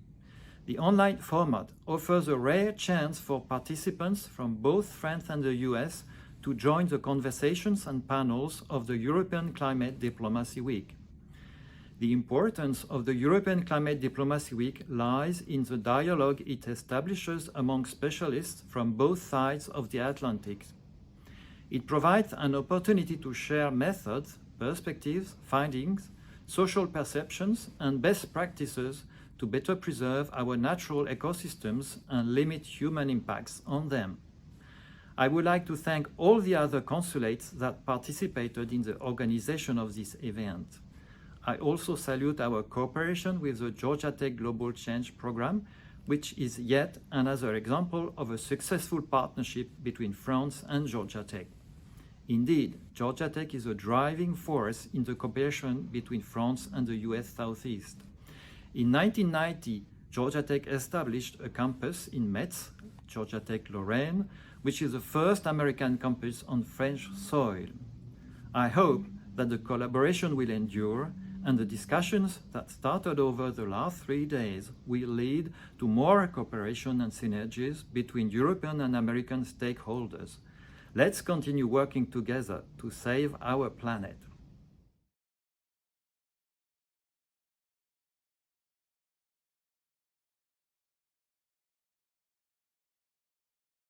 Georgia Tech professor and director of the Georgia Tech Global Change Program.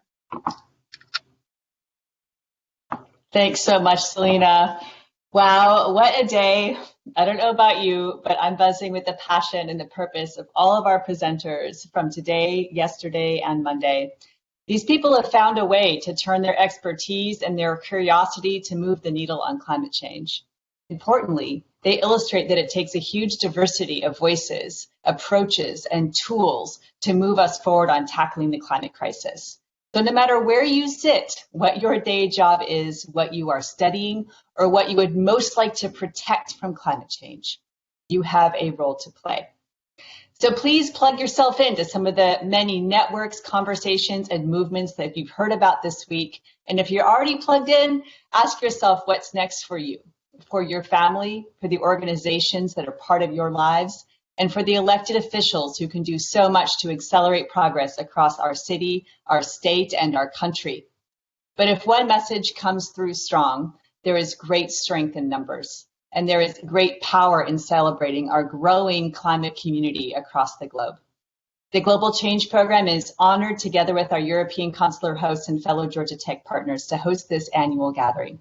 Thank you so much for joining us, and please stay connected until we meet again. Bye now. Thank you all so much. We'll now take a brief break before reconvening at 12 p.m. Eastern Daylight Time for today's masterclass, which investigates marine and underwater heritage with Dr. Fanny Douvere, manager of the UNESCO World Heritage Marine Program, and Dr. Michel, former director of DRASM. You won't want to miss this masterclass.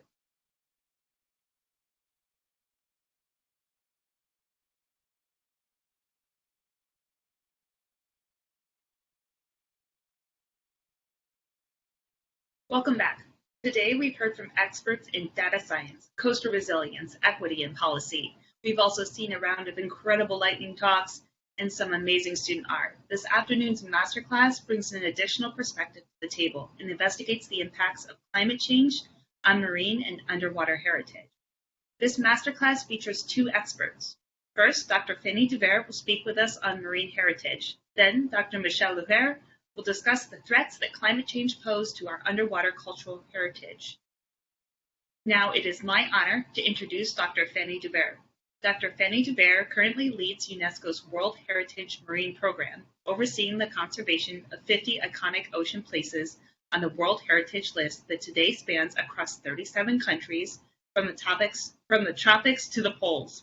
She serves as UNESCO's lead advisor on ocean world heritage, ranging from Australia's Great Barrier Reef, the Sundarbans in Bangladesh, to the endangered vaquita on the Gulf of California and Mexico. Thank you so much for joining us today, Dr. Douvere.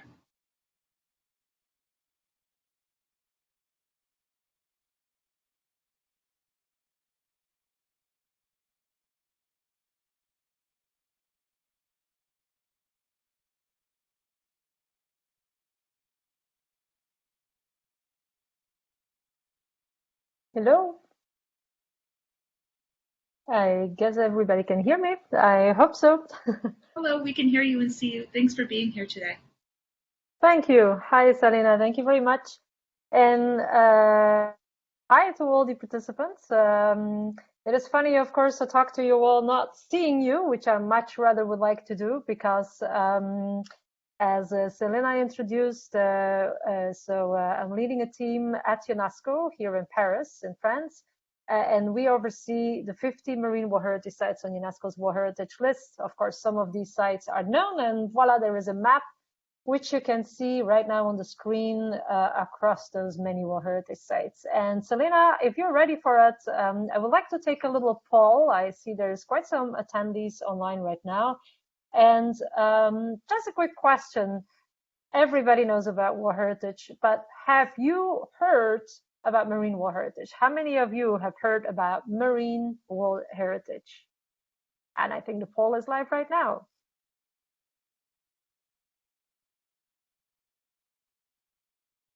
So I think we're going to see that quite quickly, and I guess Selena is going to guide us as well on what the poll says. But I would assume that many of you have heard about World Heritage, not necessarily about it in the ocean, apart perhaps from Australia's Great Barrier Reef. So we have a couple of minutes together, about 15 to 20 minutes together, and I will share with you a little bit about what it is that we do at UNESCO, what it is that we do differently than what's often in the press, because UNESCO World Heritage often does, unfortunately, get in the press for things that are going wrong in sites, and that's obviously very important, but it's not the only thing what you should be knowing about Marine World Heritage. So a little bit of an introduction. As I said earlier, as you can see on the map, we currently have 50 Marine World Heritage sites. They cover less than 1% of the ocean surface, but they very importantly cover about 20% of the world's blue carbon. And blue carbon includes mangroves, and includes tidal marsh, that includes a range of other things. But the important thing is that they're really some of the most important carbon sinks on our planet. It's very comparable with forests. But blue carbon does not burn, of course, and it does store a huge amount of carbon. So it's critical to protect those places when we talk about climate mitigation. So what do we do to try to protect those places at UNESCO? Obviously, we're not doing it alone. We work with a whole network of scientists, local managers in the fields, philanthropists. We work with partners that do the science and do the oversight in these sites. But together as a global team, we do three things. One is, of course, what we call very technically our statutory work. But the moment you have seen it at work was earlier this year in June, when we suggested to the UNESCO World Heritage Committee to add the Australia's Great Barrier Reef to the list of World Heritage and danger. Obviously, this was a major suggestion. It is the largest structure on Earth. It's the first marine site that ever got listed on the UNESCO World Heritage list. I think we all know Australia's Great Barrier Reef's challenges with climate change, but it was also one of the first times that we really had to propose a site, a coral reef site, to be added to the list in danger for climate change. I think most of you also know the outcome of where that led. Unfortunately, it did not make it to the list in danger yet for a number of reasons. And I'm sure some of you will have questions about that. I'll happy to take that. But what you have seen there is really UNESCO's statutory work through the 1972 World Heritage Convention at work in practice. So what we do, we oversee the state of conservation of all of these 50 Marine World Heritage sites. Every year we pick about 10 to 12 of those sites that have major challenges, and then we work together with the scientific advice, which is generally provided by IUCN, but also other NGOs around the world. And we put that together and make a recommendation on how the country is actually protecting that World Heritage site, and whether it's actually taking the right decisions or not. Now, that's only one of the three critical things that we do at UNESCO. The second thing is to provide major research and direction so that people do know what Marine World Heritage is about. And people do know that these are not just beautiful places and all the pretty pictures that we often see in the press or from your tourism shots when you go dive to these places, as many people do, but to give direction to the scientific backstopping and what people should be knowing about the state of these sites. So one example was a major launch in 2018, where we basically looked at the climate impacts on all of the 29 coral reef systems on UNESCO's World Heritage List. And that sadly revealed that all of the 29 coral reefs on UNESCO's World Heritage List are actually probably going to disappear by the end of this century if we're going to continue under a current climate emission scenario. So there's other scenarios that we looked at, and if we actually would go, the world would actually meet the 1.5 degrees target under the Paris Agreement, we would actually see all of these coral reefs on UNESCO's World Heritage List survive. So those are big scientific research that we do with, of course, scientists around the world. Again, we don't do this on our own, but it allows people to understand what the state of this common heritage is that is in our oceans. And then thirdly, another part, a big part of the work we do is the capacity building on the ground.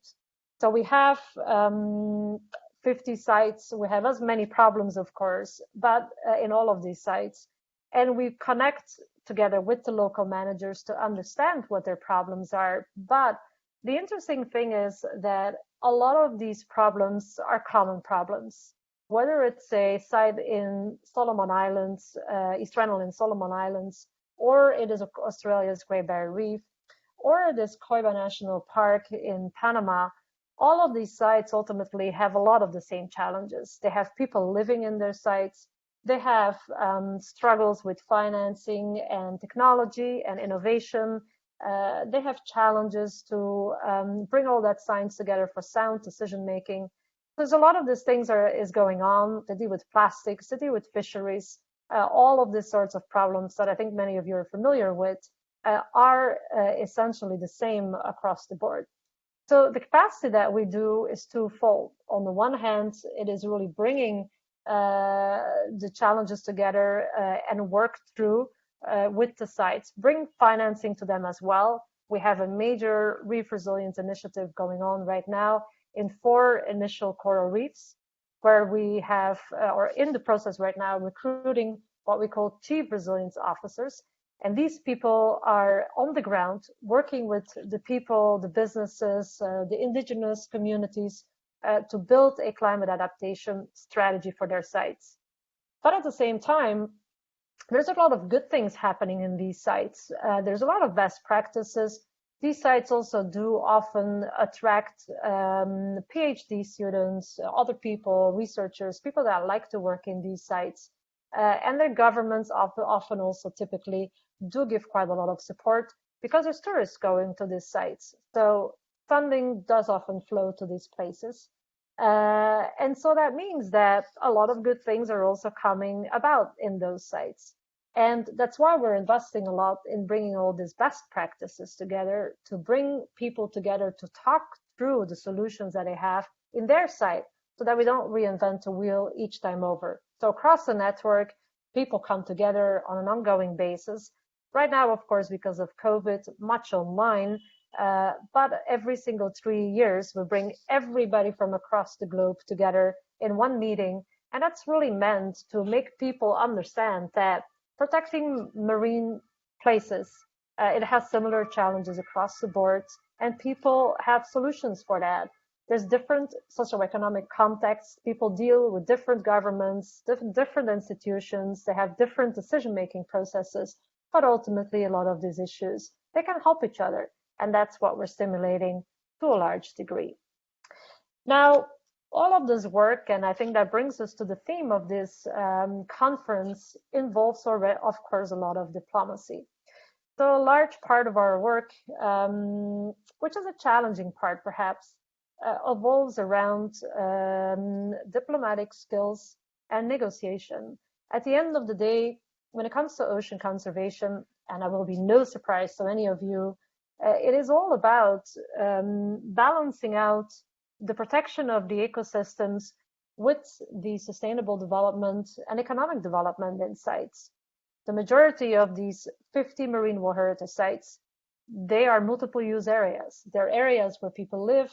They're areas where people are dependent for tourism, for other types of revenues, for their livelihoods. But there are, of course, also places that are spawning areas for fish.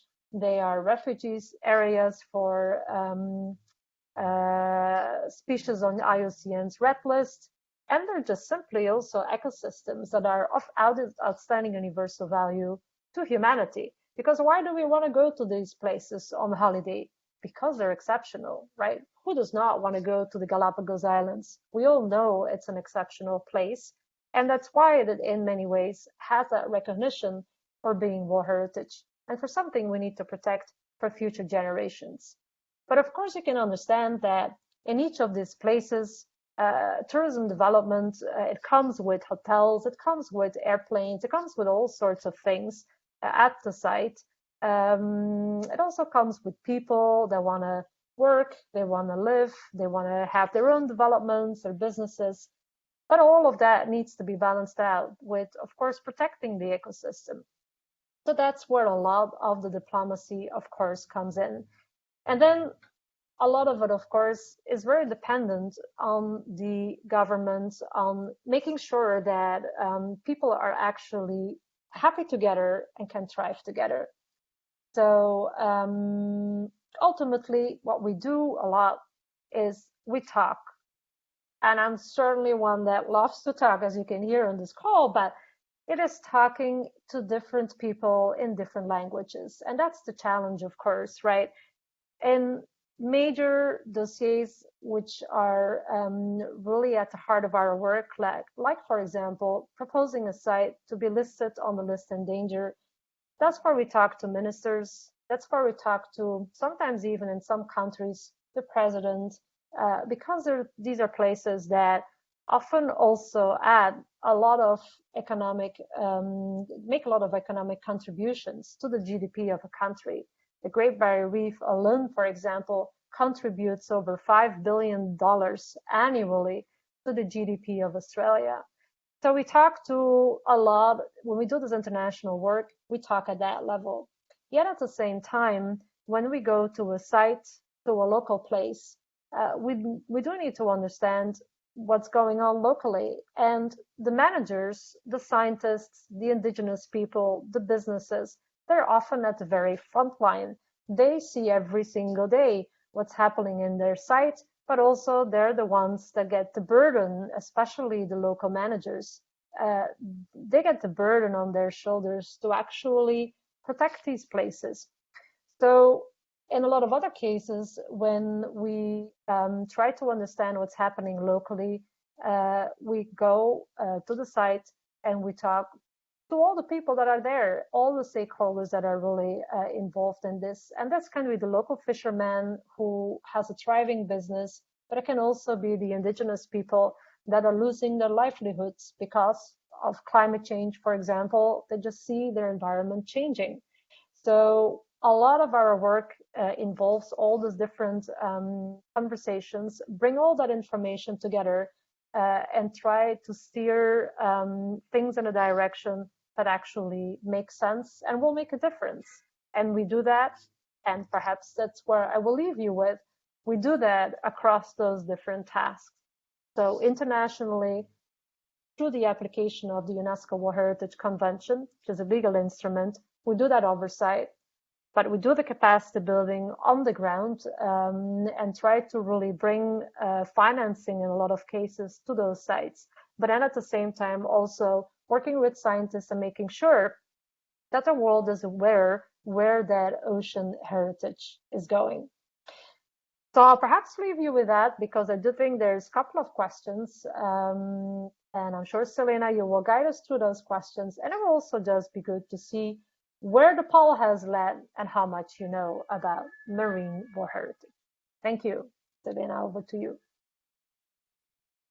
Thank you so much for that overview. So the results of our poll were that 67%, so about 2/3 of our audience, doesn't know about UNESCO marine heritage, and about 33%, 1/3, have heard about it, but nobody said that they're very familiar with it. So I guess to follow up on that poll, are there a few key takeaways that our audience can have that you have from this presentation about UNESCO marine heritage? You're asking me, Selena? Yeah, so there are a few key takeaways that you could leave our audience with. Yes, of course. I think one is these are 50 marine protected areas. They are listed on UNESCO's World Heritage list because they are so exceptional. They are outstanding biodiversity. They are unique places for their ecosystem functioning. There's things you don't find anywhere else. So I think one takeaway is if you do hear about marine world heritage, it's not just any place. There are over 10,000 marine protected areas in the world. There are only 50 of those that have the outstanding universal value designation and are inscribed on UNESCO's World Heritage list. Now, why is that important? Those are things we do truly want to preserve for future generations, and that's why we're working together. I think another takeaway is that UNESCO is only one part of this story, of course.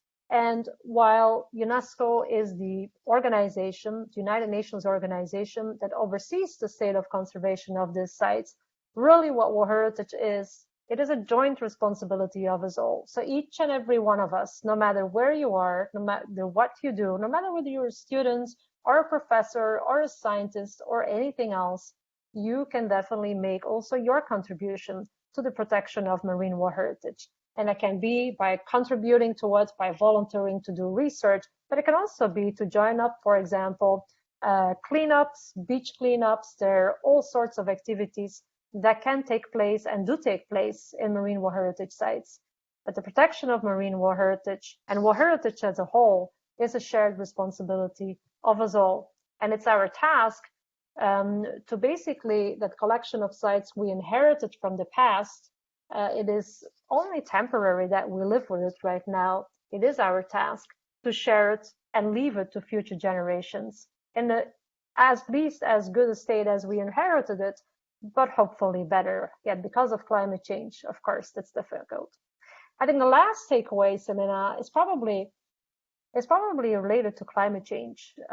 What we see across the board is that climate change is very rapidly changing these ecosystems. And that's, of course, true for the oceans as a whole.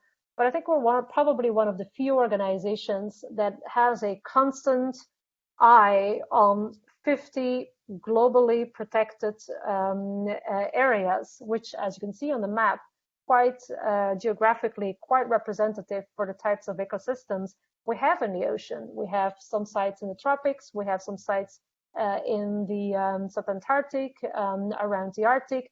So it does give us a very clear snapshot of what's happening when it comes to climate change. And I think a big takeaway is that there's not much time left anymore. It is very clear that, of course, everywhere in the ocean, but it's very clear for those exceptional places that we do stand to lose those. And our scientific information indicates that, our reports indicate that. Of course, what you've seen, as I said earlier, with Australia's Great Barrier Reef shares that very clearly, that it is absolutely a critical time right now. You're probably tired of hearing that, but if you are with your nose in it every day, it is really amazing how fast it really is going.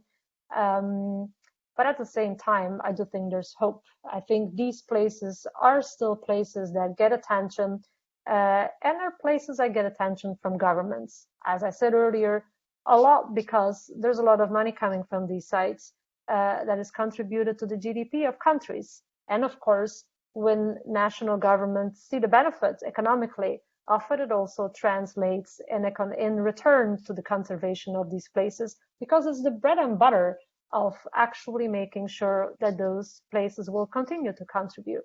So I think there's three takeaways, I think, Selena, that would be good to take from this presentation. Thanks so much. We have a few audience questions, and they're a little similar. So the first question is about the Great Barrier Reef and its status as endangered. Is it officially endangered? What are the criteria for landing on the endangered list? And is country agreement required? So that's a very good question, of course. So today, Australia's Great Barrier Reef is not officially listed in danger. So it doesn't have officially the endangered status.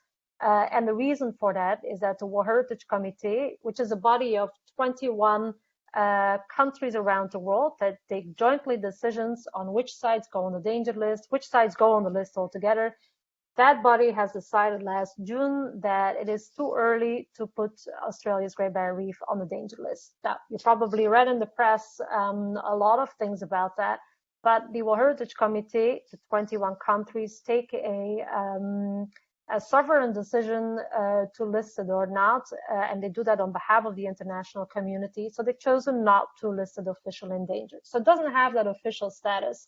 Yet, what you've seen as well in June is that 6 weeks before the World Heritage Committee convenes, which are conversations that you can follow online, but 6 weeks in advance, UNESCO and IUCN, which is our official advisory body, presents to the world, releases actually to the world, its own independent scientific advice about the state of the reef or any World Heritage site for that matter. So in May, and that's when all the press, of course, was the biggest. In May, UNESCO, so my office and my colleagues, along with IUCN, proposed to the world that the scientific evidence is there that Australia's Great Barrier Reef should actually be listed in danger. And that is for two reasons. On the one hand, because of climate change and the impact on coral reefs and the extent to which the last 3 mass bleachings have affected Australia's Great Barrier Reef, but it was also because there's a lot of bad water quality in Australia's Great Barrier Reef, which is reducing the resilience of the reef, and that really comes from the agriculture that is all along the Great Barrier Reef and just has too much nutrients, pesticides that are going in Australia's Great Barrier Reef. So while the scientific advice has proposed that it is in danger, officially right now, the World Heritage Committee has decided not to list it yet and to wait, but there's another review coming up. The government has been asked to invite a mission to the site and to assess the situation, and it will come again before the World Heritage Committee next year in June, July. Hope that answers the question, Selena. Thanks so much. Our next audience question is about what are the similarities and key differences in the threats to Wrangel Island and Galapagos?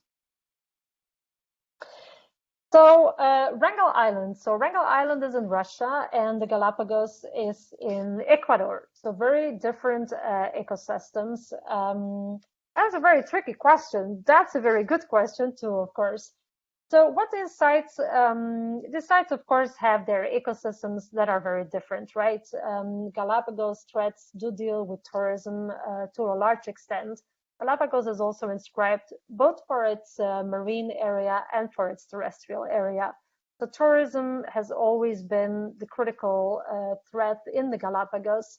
And when it comes to its marine environment, it really is about a lot. There's other problems, of course, as well, but it is a lot about illegal fishing. And I'm sure you have seen a lot of foreign vessels that go to the Galapagos Islands that are just on the border and sometimes within the World Heritage area and basically fish far more than should be fished. So those are issues that are critical.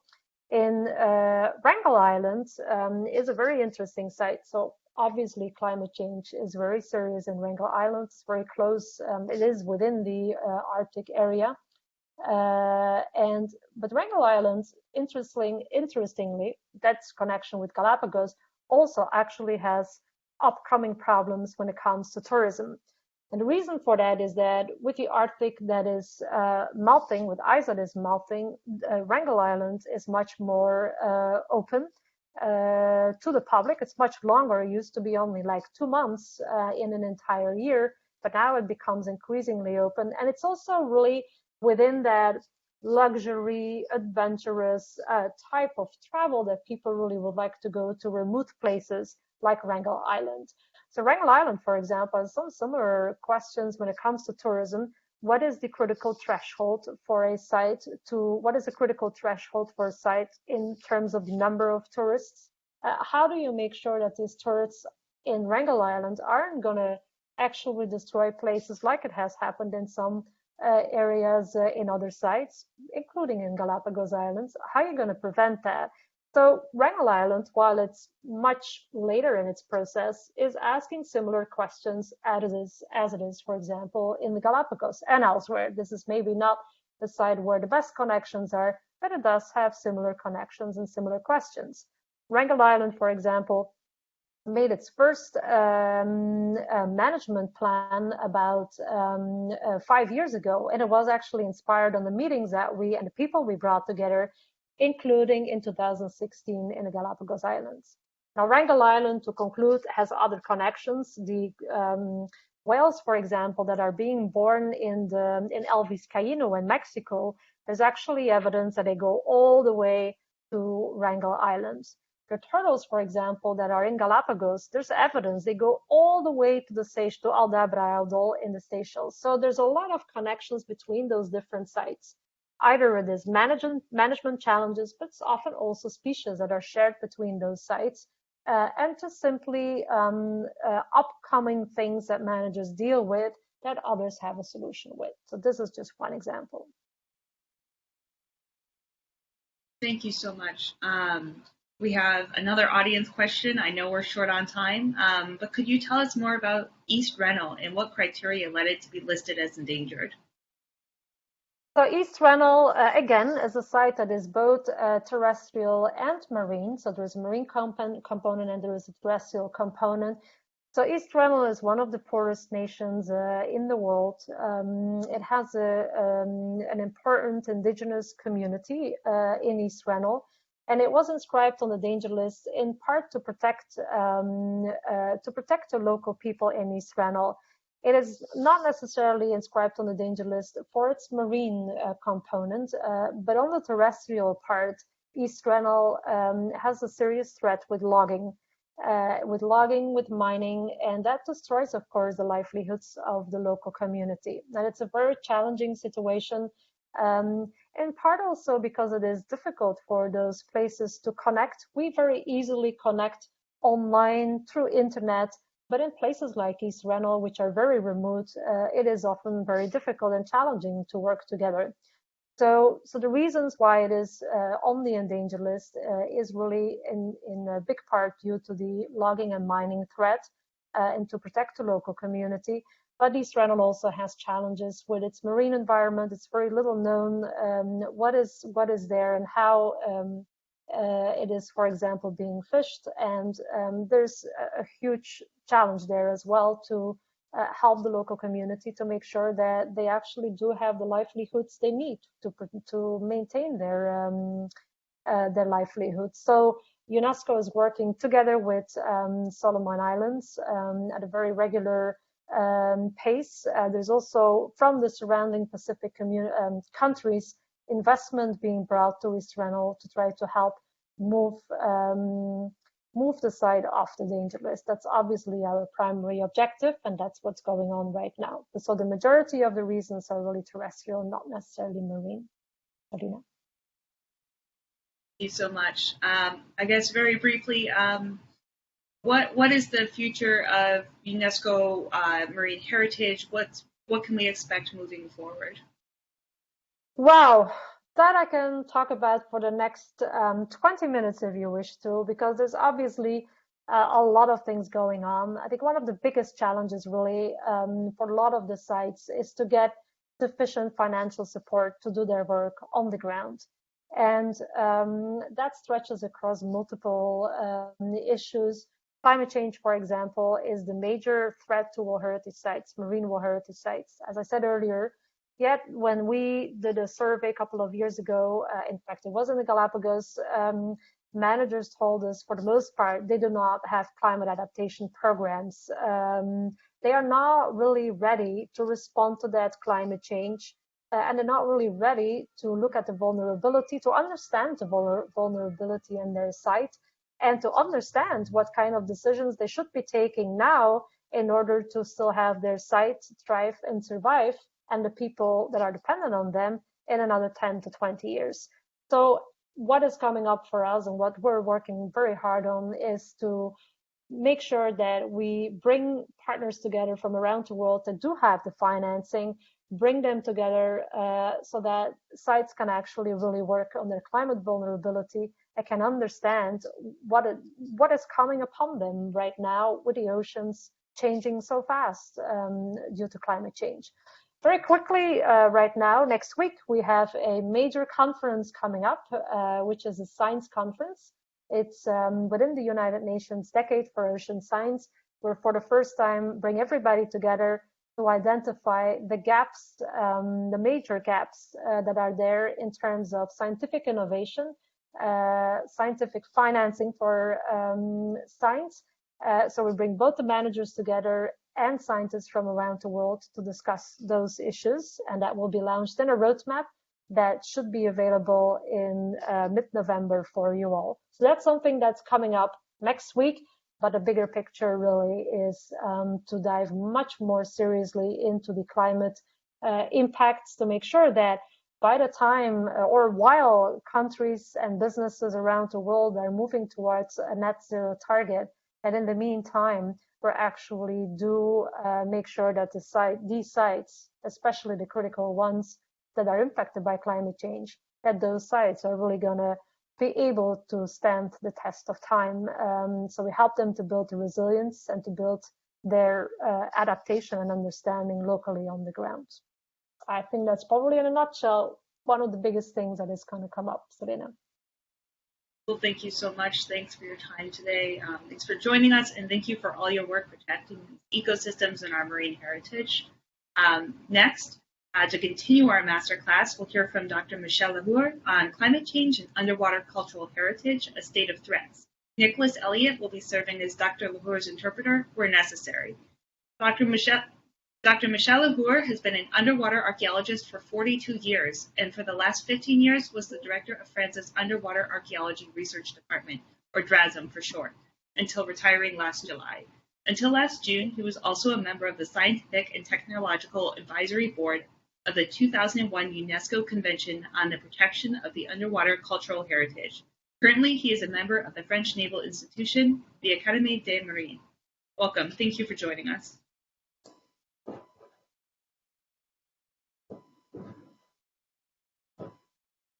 Could you hear me?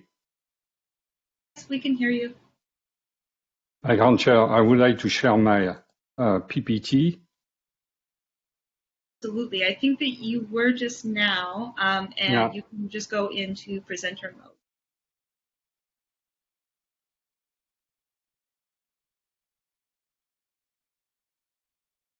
That looks perfect.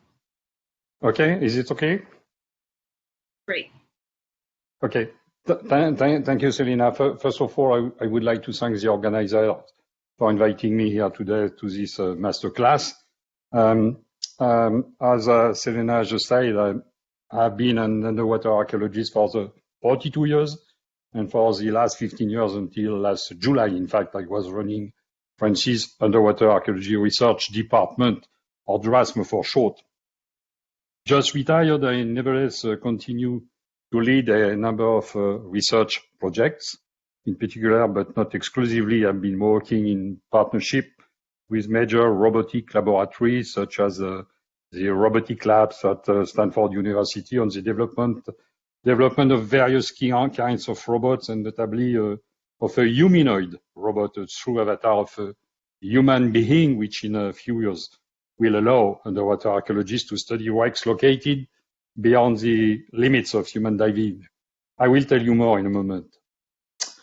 On September the 21st, Mr. Antonio Guterres, Secretary General of the United Nations, told the opening of the 76th session of the General Assembly that climate crisis is pummeling the planet.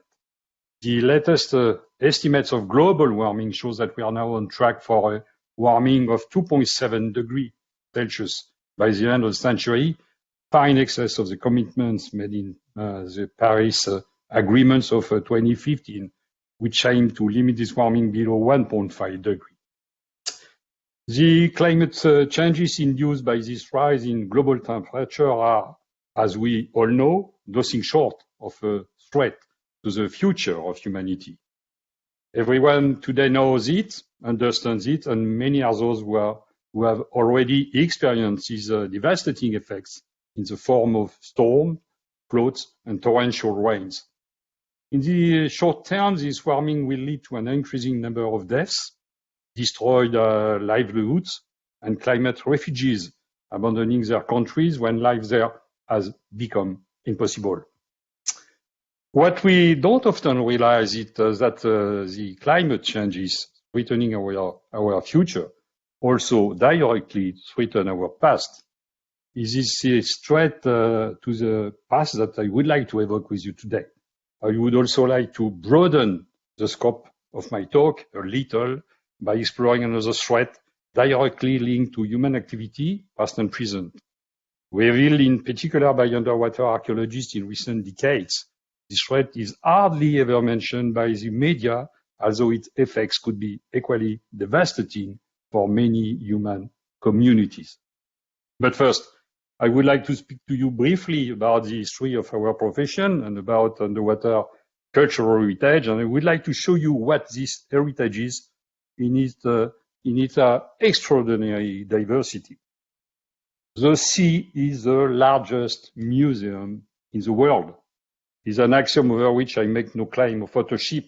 Following the discoveries made on the Madia wreck between 1907 and 1913 by the French archaeologist Alfred Merlin, with the help of Greek sponge fishermen, the French archaeologist Salomon Reinhardt uttered the insightful phrase I have just quoted in 1928. And his intuition has since been amply reinforced. Indeed, 6 decades of professional underwater archaeology have thoroughly confirmed it. Without a shadow of a doubt, the world's greatest museum resides at the bottom and along the coastlines of our oceans, lakes and rivers. And for sure, it's there, in that secret, watery universe, that the most important archaeological discoveries of the future are likely to be made. Unfortunately, 4 decades of experience in the service of underwater cultural heritage have taught me that the remains of sunken cargoes and submerged cities, tiny shoal jars and Chinese porcelain, fraud warship and works of art inspired by long-forgotten cults, all these unique artifacts, many would say archives, that humanity has consigned over centuries to the bottom of the sea, are today facing the gravest of dangers. Indeed, if the sea is the largest museum in the world, it's also, unfortunately and ironically, the only museum that is permanently accessible, the only museum that has no guardians, or very few, and for which today there is no reliable protection. In addition to the effects of climate change, which we have observed over the last few decades, this sunken repository of culture which belongs to all humanity is also suffering the ravages of incessant economic and industrial activity, of frequent looting, of concession granted stupidly to merciless commercial operations, of trawl nets churning up seabed and more. In such circumstances, we cannot expect it to survive indefinitely. Yet, this repository is the irreplaceable heritage that past civilization have entrusted to our present time for transmission to future generations. Consequently, it's our responsibility, both individual and collective, to ensure its protection, to analyze the lesson it teaches us, and to guarantee its conservation. For several decades now, as you probably know, UNESCO has endeavored to ensure the protection of underwater cultural heritage, and since 2001, it has offered its member states the opportunity to adopt the Convention on the Protection of Underwater Cultural Heritage. To date, 71 states have ratified the convention. A large number indeed, but it's not enough. Not only it's not enough, but it's actually very little. Almost every state in the world has a coastline, a river or a lake that has played a very important role in its development throughout history. It was by water that most contacts were made between civilization and between otherwise distant peoples. It was also by water that economic, cultural, and religious exchanges were established and that humans were once trafficked. As a result, submerged artifacts can reveal a particular page in the history of shipping, an example of trade, an overview of technological progress at a given point in time, or perhaps they reveal intimate insights into cultural and religious practices. It's unfortunate, therefore, that so little attention has been paid to the remains of these feats of humanity that now lie underwater. While climate change has become one of the most significant and fastest growing threats to people and their cultural heritage worldwide, official discourses on the threat, including the warming of the ocean and the sea level rise, tend to ignore underwater cultural heritage entirely. It must be said that underwater heritage has remained until recently largely unknown to the public. After all, it was only 50 to 70 years ago that we really began to understand its importance. For so very long unreachable, the world of cultural maritime heritage gradually became accessible to research during the 1950s, thanks to the aquarium or scuba, developed in 1943 in France by Jacques-Yves Cousteau and engineer Émile Gagnan. This innovation led to the discovery of a large number of ship remains, and between 1952 and 1957 made possible the first ever scientific excavation beneath the waves. It is the first operation in the Road of Marseille in the south of France that allowed the development of underwater archaeology in France and thereafter throughout the world. Following this first excavation, André Malraux, famous French writer and then French Minister of Culture, decided the creation in 1966 of DRASP, the world's first official department charged with administering and studying the sunken history of all the waters under its jurisdiction. Based in Marseille, this pioneering underwater archaeology research department, and unfortunately still one of the few of this kind in the world, has for over 55 years been leading the field in the discipline. It was given the responsibility of managing and protecting all submerged heritage in the French exclusive economic zone, which is the second largest of its kind, amounting to a colossal 11 million square kilometers distributed across the Atlantic, the Pacific, the Indian Ocean, and the Mediterranean. As a result, DRASP has to deal with cultural objects that lie in a challenging variety of locations, from shallow inland waters to the greatest of depths. Moreover, it's the wrecks located at great depths that have been the focus of our research for a long time now. The scientific motivations behind our enduring interest for the deep spring from one simple, obvious fact. Whatever the circumstances of the catastrophe, whether a storm, a battle, or an overloaded hold, ships lost in deep water are by far the best preserved. However, these wrecks whose great depths has for so long kept them away from human activity are today directly and adversely affected by progress in offshore exploration. This means that ships' remains, even lost in deep water, are now under threat from deterioration and destruction like never before, especially since new causes of destruction have emerged in recent years that are directly related to human activity and climate change. I promised you that I would tell you about robots quickly, so I will do it now. As I said earlier, our interest in robotics is foremost to study and protect the wrecks located at great depths, which are threatened by deep-sea trawlers. Throughout the 90s, we tested new archaeological methods specific to the deep and explored the intricacies of using mechanical tools on deep sea wrecks. For instance, we carried out excavations in 1993 and 1996 on sunken vessels situated at 660 meters and 450 meters below sea level, respectively.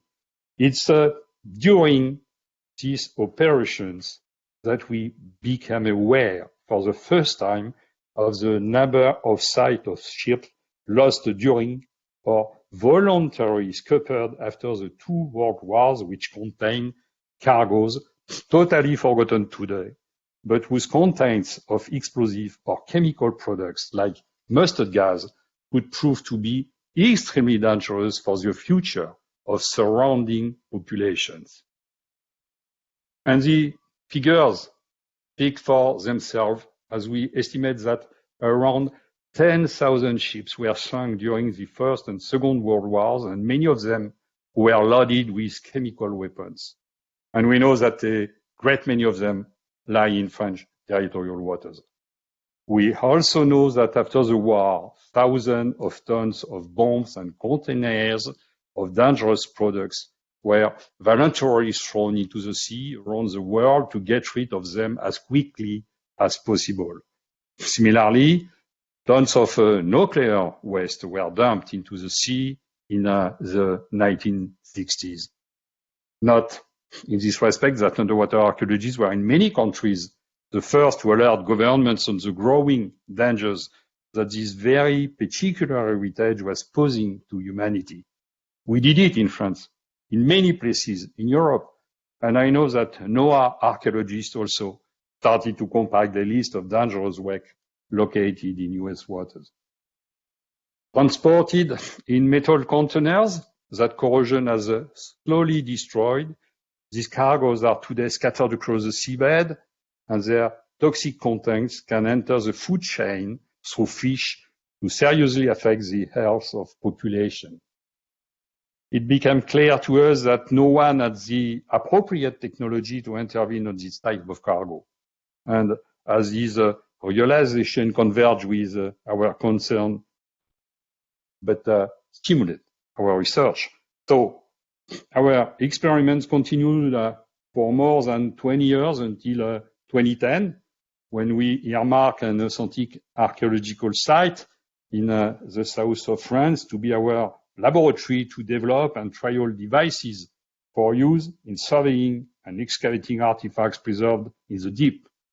The site features a French warship which founded off Toulon in 1664 called the Lune, which is a French word for moon. It lay 90 meters down, and being extremely well preserved was ideal for our needs. Two survey campaigns followed on the Lune, and we carried out numerous operations on the seabed involving several machines working side by side.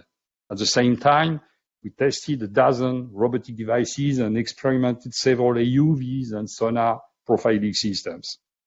But standard robotic equipment is generally designed for industrial or military purposes, and for the most part, ill-suited to specialist archaeologists wishing to deploy it underwater.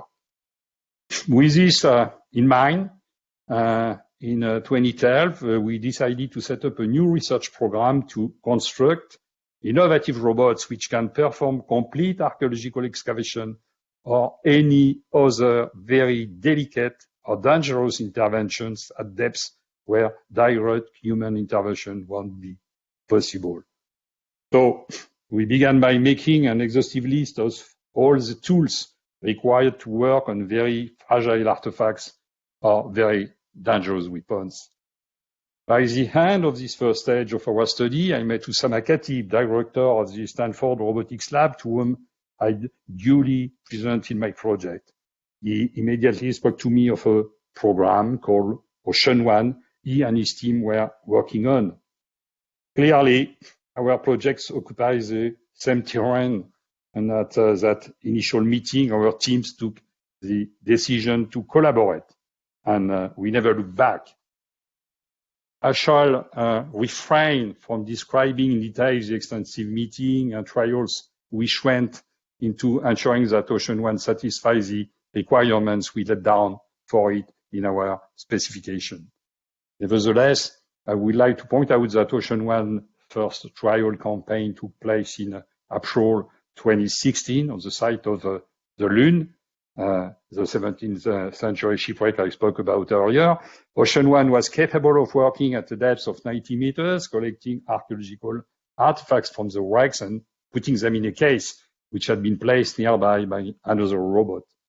This first operation demonstrated that the research route we had chosen had infinite promise. Working with Usama and his team meant we had to design and build numerous machines to support Ocean One and facilitate its work on the seabed by carrying out very specific and diverse tasks, such as cleaning excavation sites or raising objects after having mapped and photographed them in the position they were found. We know now that these machines that we have developed in the recent past will be able to efficiently intervene on archaeological sites located at very great depths, of course, but also on dangerous cargoes where the presence of a human being is not desirable. During all these years, we often thought that the abyss would be our new frontier. But it quickly became clear that the speed of climate change and the destructiveness of its effects would lead us to launch new research programs to protect cultural heritage along our coastlines.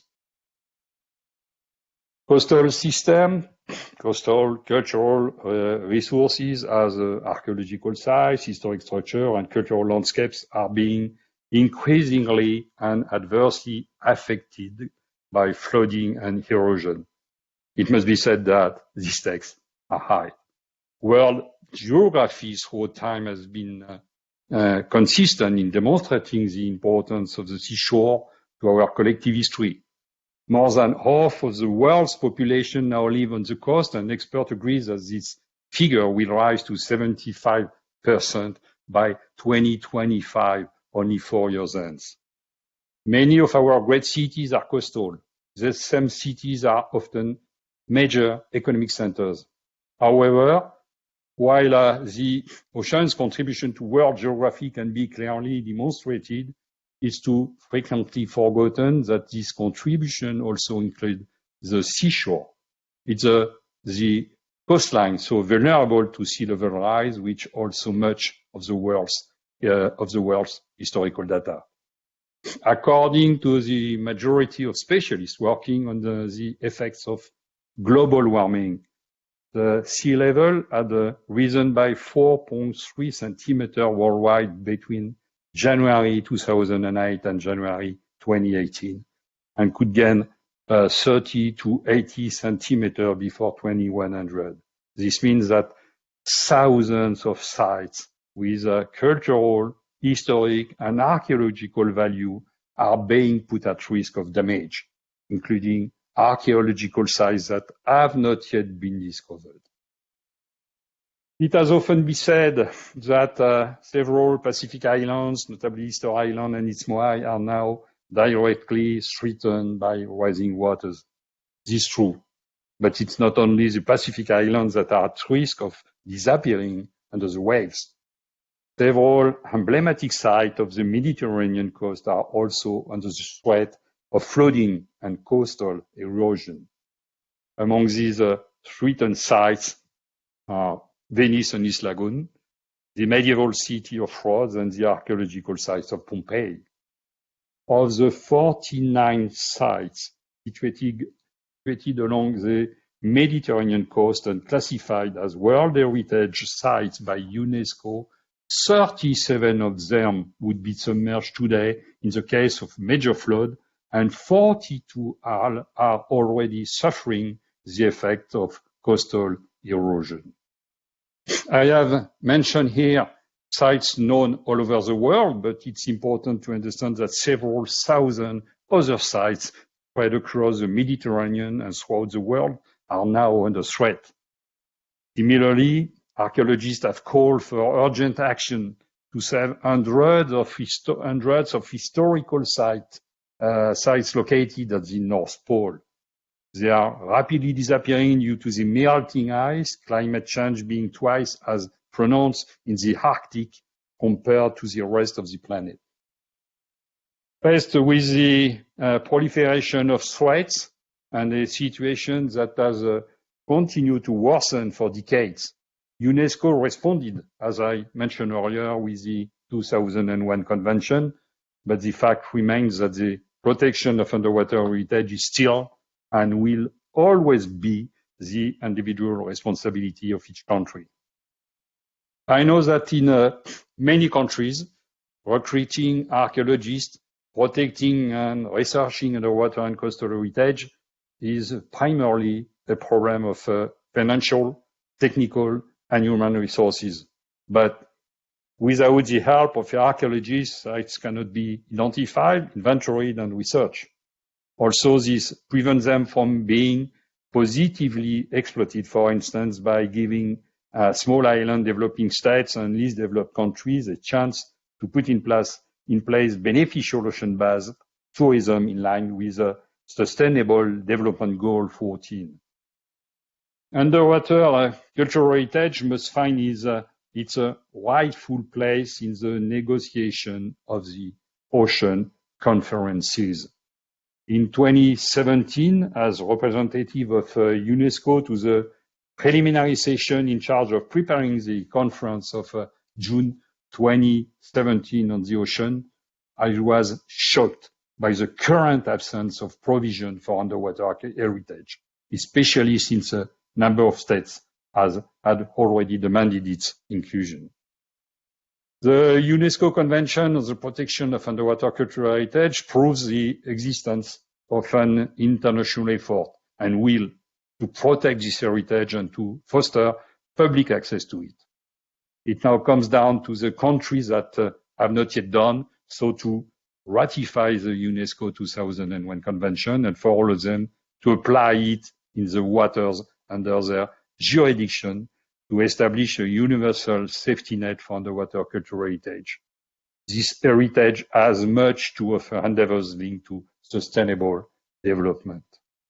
In ocean and on thousands of kilometers of coastline, in a large number of countries around the world, the heritage of humanity is today in great danger of damage and destruction. In the vast majority of situations, this heritage cannot be moved. The only safeguard that we can envisage is to ensure the study of this heritage before it has disappeared forever. Unfortunately, the means, the money, the specialists are lacking. Awareness of the urgency of this problem by the authorities is still very limited, and the response is too slow. It seems that the majority of countries are still indifferent to the future of this submerged archive of humanity. Underwater cultural heritage was not even mentioned in the background note to the United Nations Ocean Conference focusing on Sustainable Development Goal 14. Should we accept with serenity this lack of interest in such an important facet of our history, this neglect of humanity's own past, this disregard for an essential source of data? I don't think so, especially as many actions could be taken immediately, individually, or collectively to advance our fight against the damage and destruction that climate change will increasingly cause. For instance, certain measures have been taken in France to protect vulnerable cultural heritage. I will give only 3 examples, but there are many more. In 1991, in the region of Marseille, we discovered and studied an ornate cave whose paintings and engravings dated from between 33,000 and 19,000 years before present. The occupation of this cave, whose entrance is today located at a depth of 37 meters, dates from the time when the level of the Mediterranean was 120 meters lower than in its current level. Today, it is accessed by swimming up a narrow submerged tunnel which is 170 meters in length. The cavity where the cave paintings and engravings are preserved is located above the sea level. Unfortunately, we know that the rise of the waters of the Mediterranean will have, by the end of the century, destroyed all these paintings and engravings. Therefore, to preserve this heritage of humanity, we have studied and carried out a 3D survey of the whole cave, and we are now building a facsimile which will be visitable in 3D from June 2022 in a museum that is currently being built in the center of Marseille. In other field, we have decided to no longer undertake, except in cases of extreme scientific necessity, the excavation of archaeological sites whose study would endanger underwater meadows that are essential to marine life and the protection of coastlines, which are vulnerable to erosion.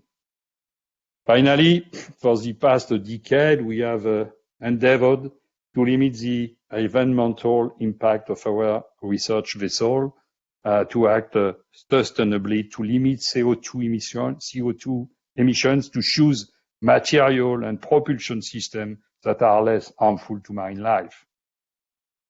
These are simple measures, and it's clear that each of us, as we go about our daily lives, both professional and personal, can adopt measures to counter the effect of climate change, or at least reduce one's carbon footprint. Now, I have spent most of my life studying underwater cultural heritage and fighting to preserve it. I've been lucky enough to survey several hundred wrecks across the world and to direct the thorough excavation of 30 of them. My 40 years of experience have shown me that the protection of underwater heritage is a continuous struggle. We might win a battle, but the war goes on, and we must win it. We can win it. I hope you share my opinion, because our response must be a collective one and on a worldwide scale. This is what I expect from you, and this is the meaning of my participation today in this masterclass. As the Japanese writer Yonosuke Satoru Akutagawa once said, individually we are one drop, together we are an ocean. We love you, we all love you, I hope, we will form an ocean. Thank you very much. Thank you so much, Dr. Lehort. We have a few audience questions, and Nicholas Elliott will be translating as necessary. Our first audience question is, you shared that climate change threatens our underwater heritage. Will it make it harder to retrieve and research underwater heritage too? Sorry, I don't hear you. Our first audience question is, you shared that climate change threatens our underwater heritage. Will it make it harder to retrieve and research underwater heritage too?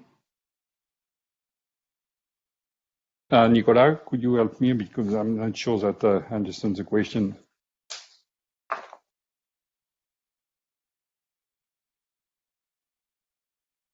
Isn't hearing any of us. Docteur Lourdes, vous m'entendez? Oui, mais par moment j'ai des coupures. D'accord. Je vais vous lire la première question. La question c'est, vous dites que le changement climatique est une menace pour l'héritage sous-marin. Sera-t-il aussi plus difficile de faire des recherches sur l'héritage sous-marin et d'en récupérer des éléments? Alors, je pense avoir entendu la question. Vous leur direz que j'ai des coupures. J'espère que vous m'avez entendu clairement quand je parlais.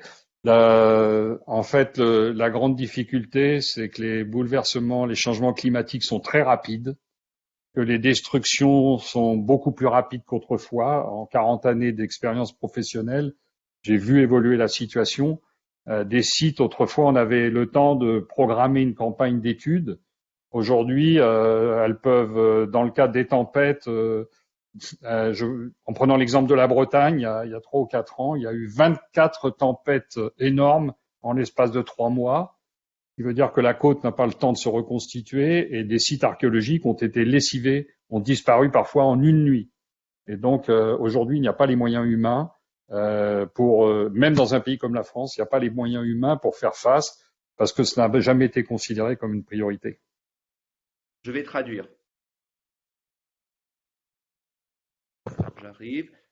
So the big difficulty today is that climate change is so fast and the destruction is so much faster than it used to be. Over 40 years of professional experience, I've had the opportunity to see the evolution of this change. We used to have the time to put in place programs to do site studies where there was damage. But now, if for instance I take the example of Brittany 3 or 4 years ago, in a short space of time, 1 year, there were 24 devastating storms. And in those conditions, the coastline simply does not have time to recover. Archaeological sites literally disappear overnight.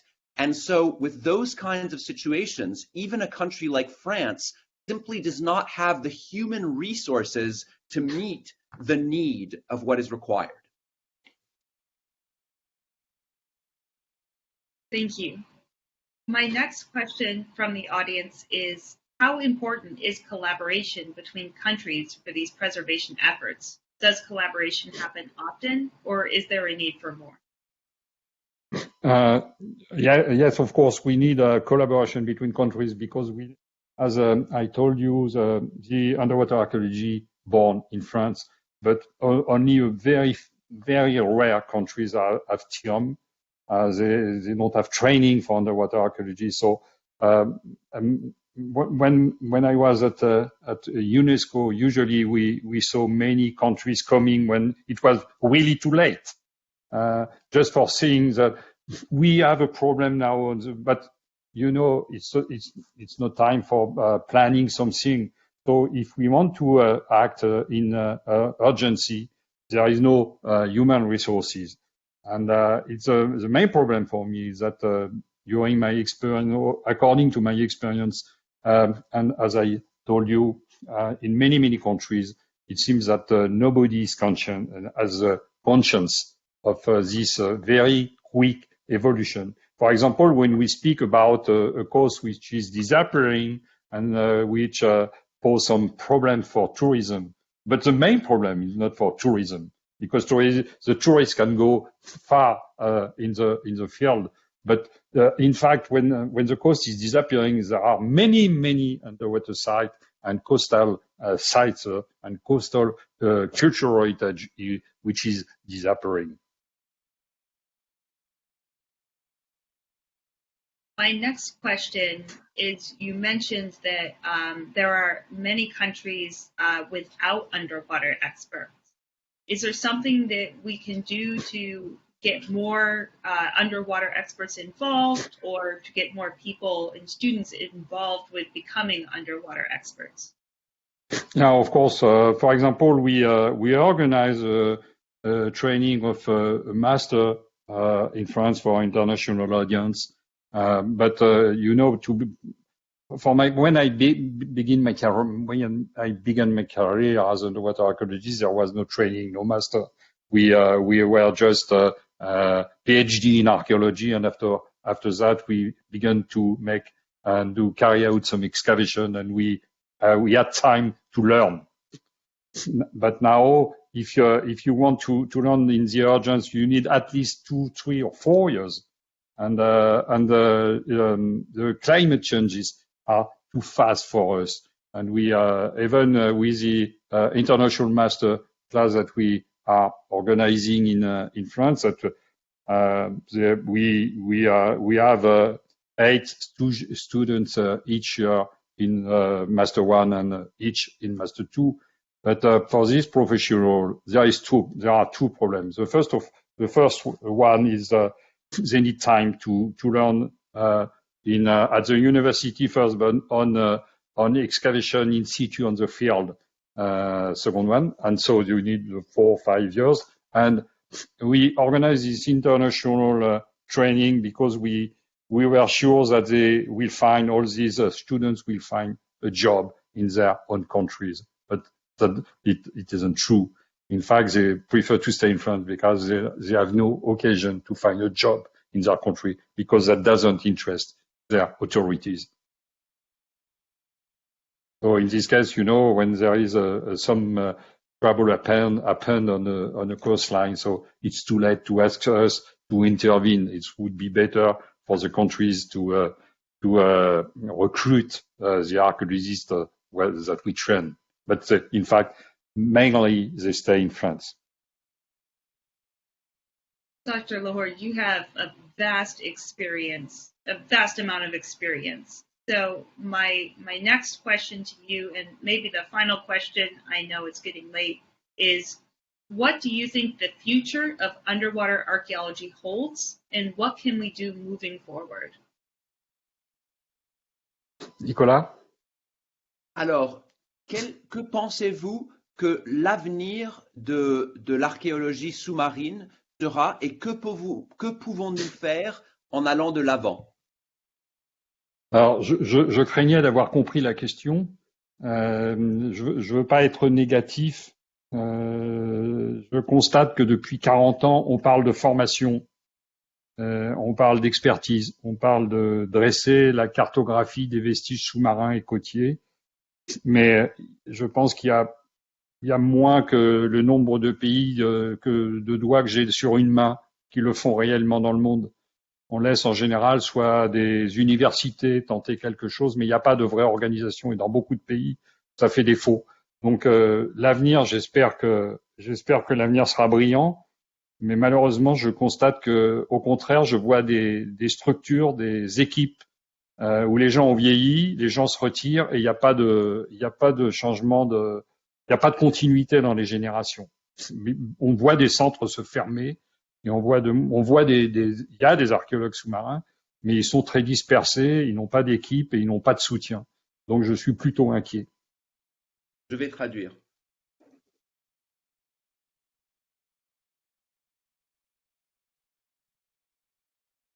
So I feared that I understood the question, and I don't want to be negative, but over 40 years of my career, I've heard people talk a great deal about education, expertise, mapping the archaeological sites and vestiges along coastlines, but in fact, there are less countries actually undertaking these initiatives than I have fingers on my hand.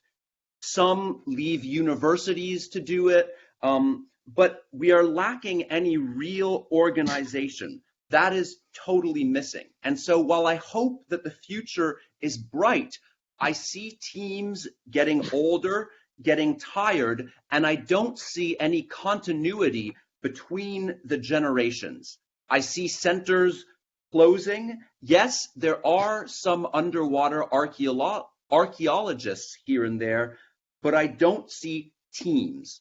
So I am worried for the future.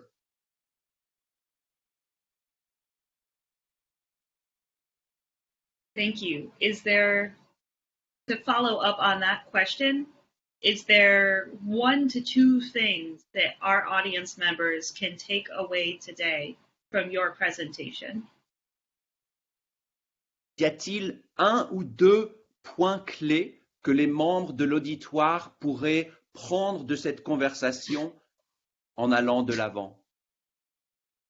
Oui, je pense, j'ai voulu attirer l'attention sur 3 points. D'abord, la dangerosité parfois du patrimoine historique qu'on a cru pouvoir oublier et qui nous revient comme un boomerang. C'est pour ça que je parlais des produits chimiques, des épaves très nombreuses des 2 grandes guerres.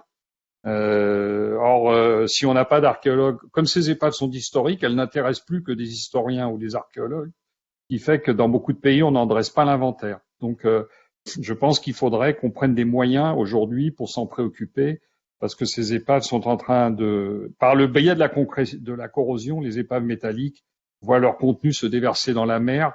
C'est à peu près 1 centimètre de corrosion par an, donc ça veut dire que la plupart des bateaux sont en train de s'ouvrir, et y compris les conteneurs des produits chimiques. Donc ça, c'est une préoccupation que j'avais déjà présentée dans plusieurs colloques internationaux sans qu'il y ait de réaction. La deuxième, c'est que les archéologues peuvent contribuer par leurs recherches à développer des techniques nouvelles qui sont mieux adaptées que les systèmes industriels ou militaires pour peut-être pour intervenir demain sur ces épaves. Et la troisième, c'est qu'effectivement, il faudrait que dans le monde entier, dans tous les pays côtiers, on commence à recruter des gens pour dresser un inventaire systématique du patrimoine côtier. Mais c'est aujourd'hui, j'appelais ça de mes voeux il y a 10 ans, 15 ans. Aujourd'hui, je considère que c'est une extrême urgence. C'est plus quelque chose qu'on appelle pour demain. Ça devrait être pour aujourd'hui. J'arrive, je vais traduire.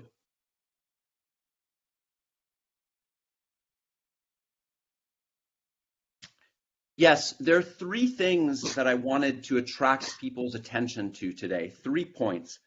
The first is the extreme danger represented by the historical heritage. This is something that we thought we could forget about, but that is actually coming back at us like a boomerang. For instance, I spoke about the ships that sank during World Wars I and II. These, because they are historical vestiges, only interest archaeologists and historians. And so there's no inventory of them, and we lack the resources today to really deal with these extremely dangerous vestiges because of the corrosion that could lead to the release of dangerous chemicals and explosives into the water. The rate of corrosion is approximately 1 centimeter a year, so these boats are all going to be opening up in the near future. This is an issue that I have brought up at numerous international seminars, but as of yet, there has been little response and little action. The second point is that we now have new technologies that may be better, that may be more effective than military and industrial technologies to deal with these shipwrecks and deal with the problems that I'm talking about. The third point is that all over the world, coastal countries must recruit people to get to work on an inventory of these kinds of underwater vestiges, shipwrecks. This is something that I started asking for 10 or 15 years ago. Nothing happened.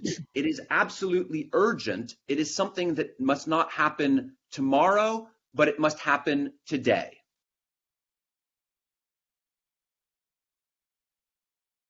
Well, thank you so much, Dr. Douvere. It's been an absolute honor speaking with you today. It's been amazing to hear from you.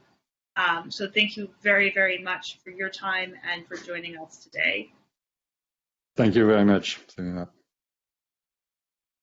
And thank you all for an amazing final day at the Global Climate Action Symposium. We've started some incredible conversations over the last 3 days.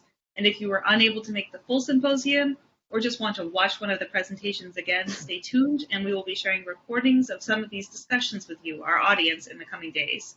So thank you to all of our audience and our speakers who joined us from around the world over the last 3 days. And thank you to our partners at the European Consulates in Atlanta who collaborated to organize the symposium. As we carry these conversations forward in the weeks and months to come, I wish you all a wonderful and inspired rest of the week. Bye, everybody.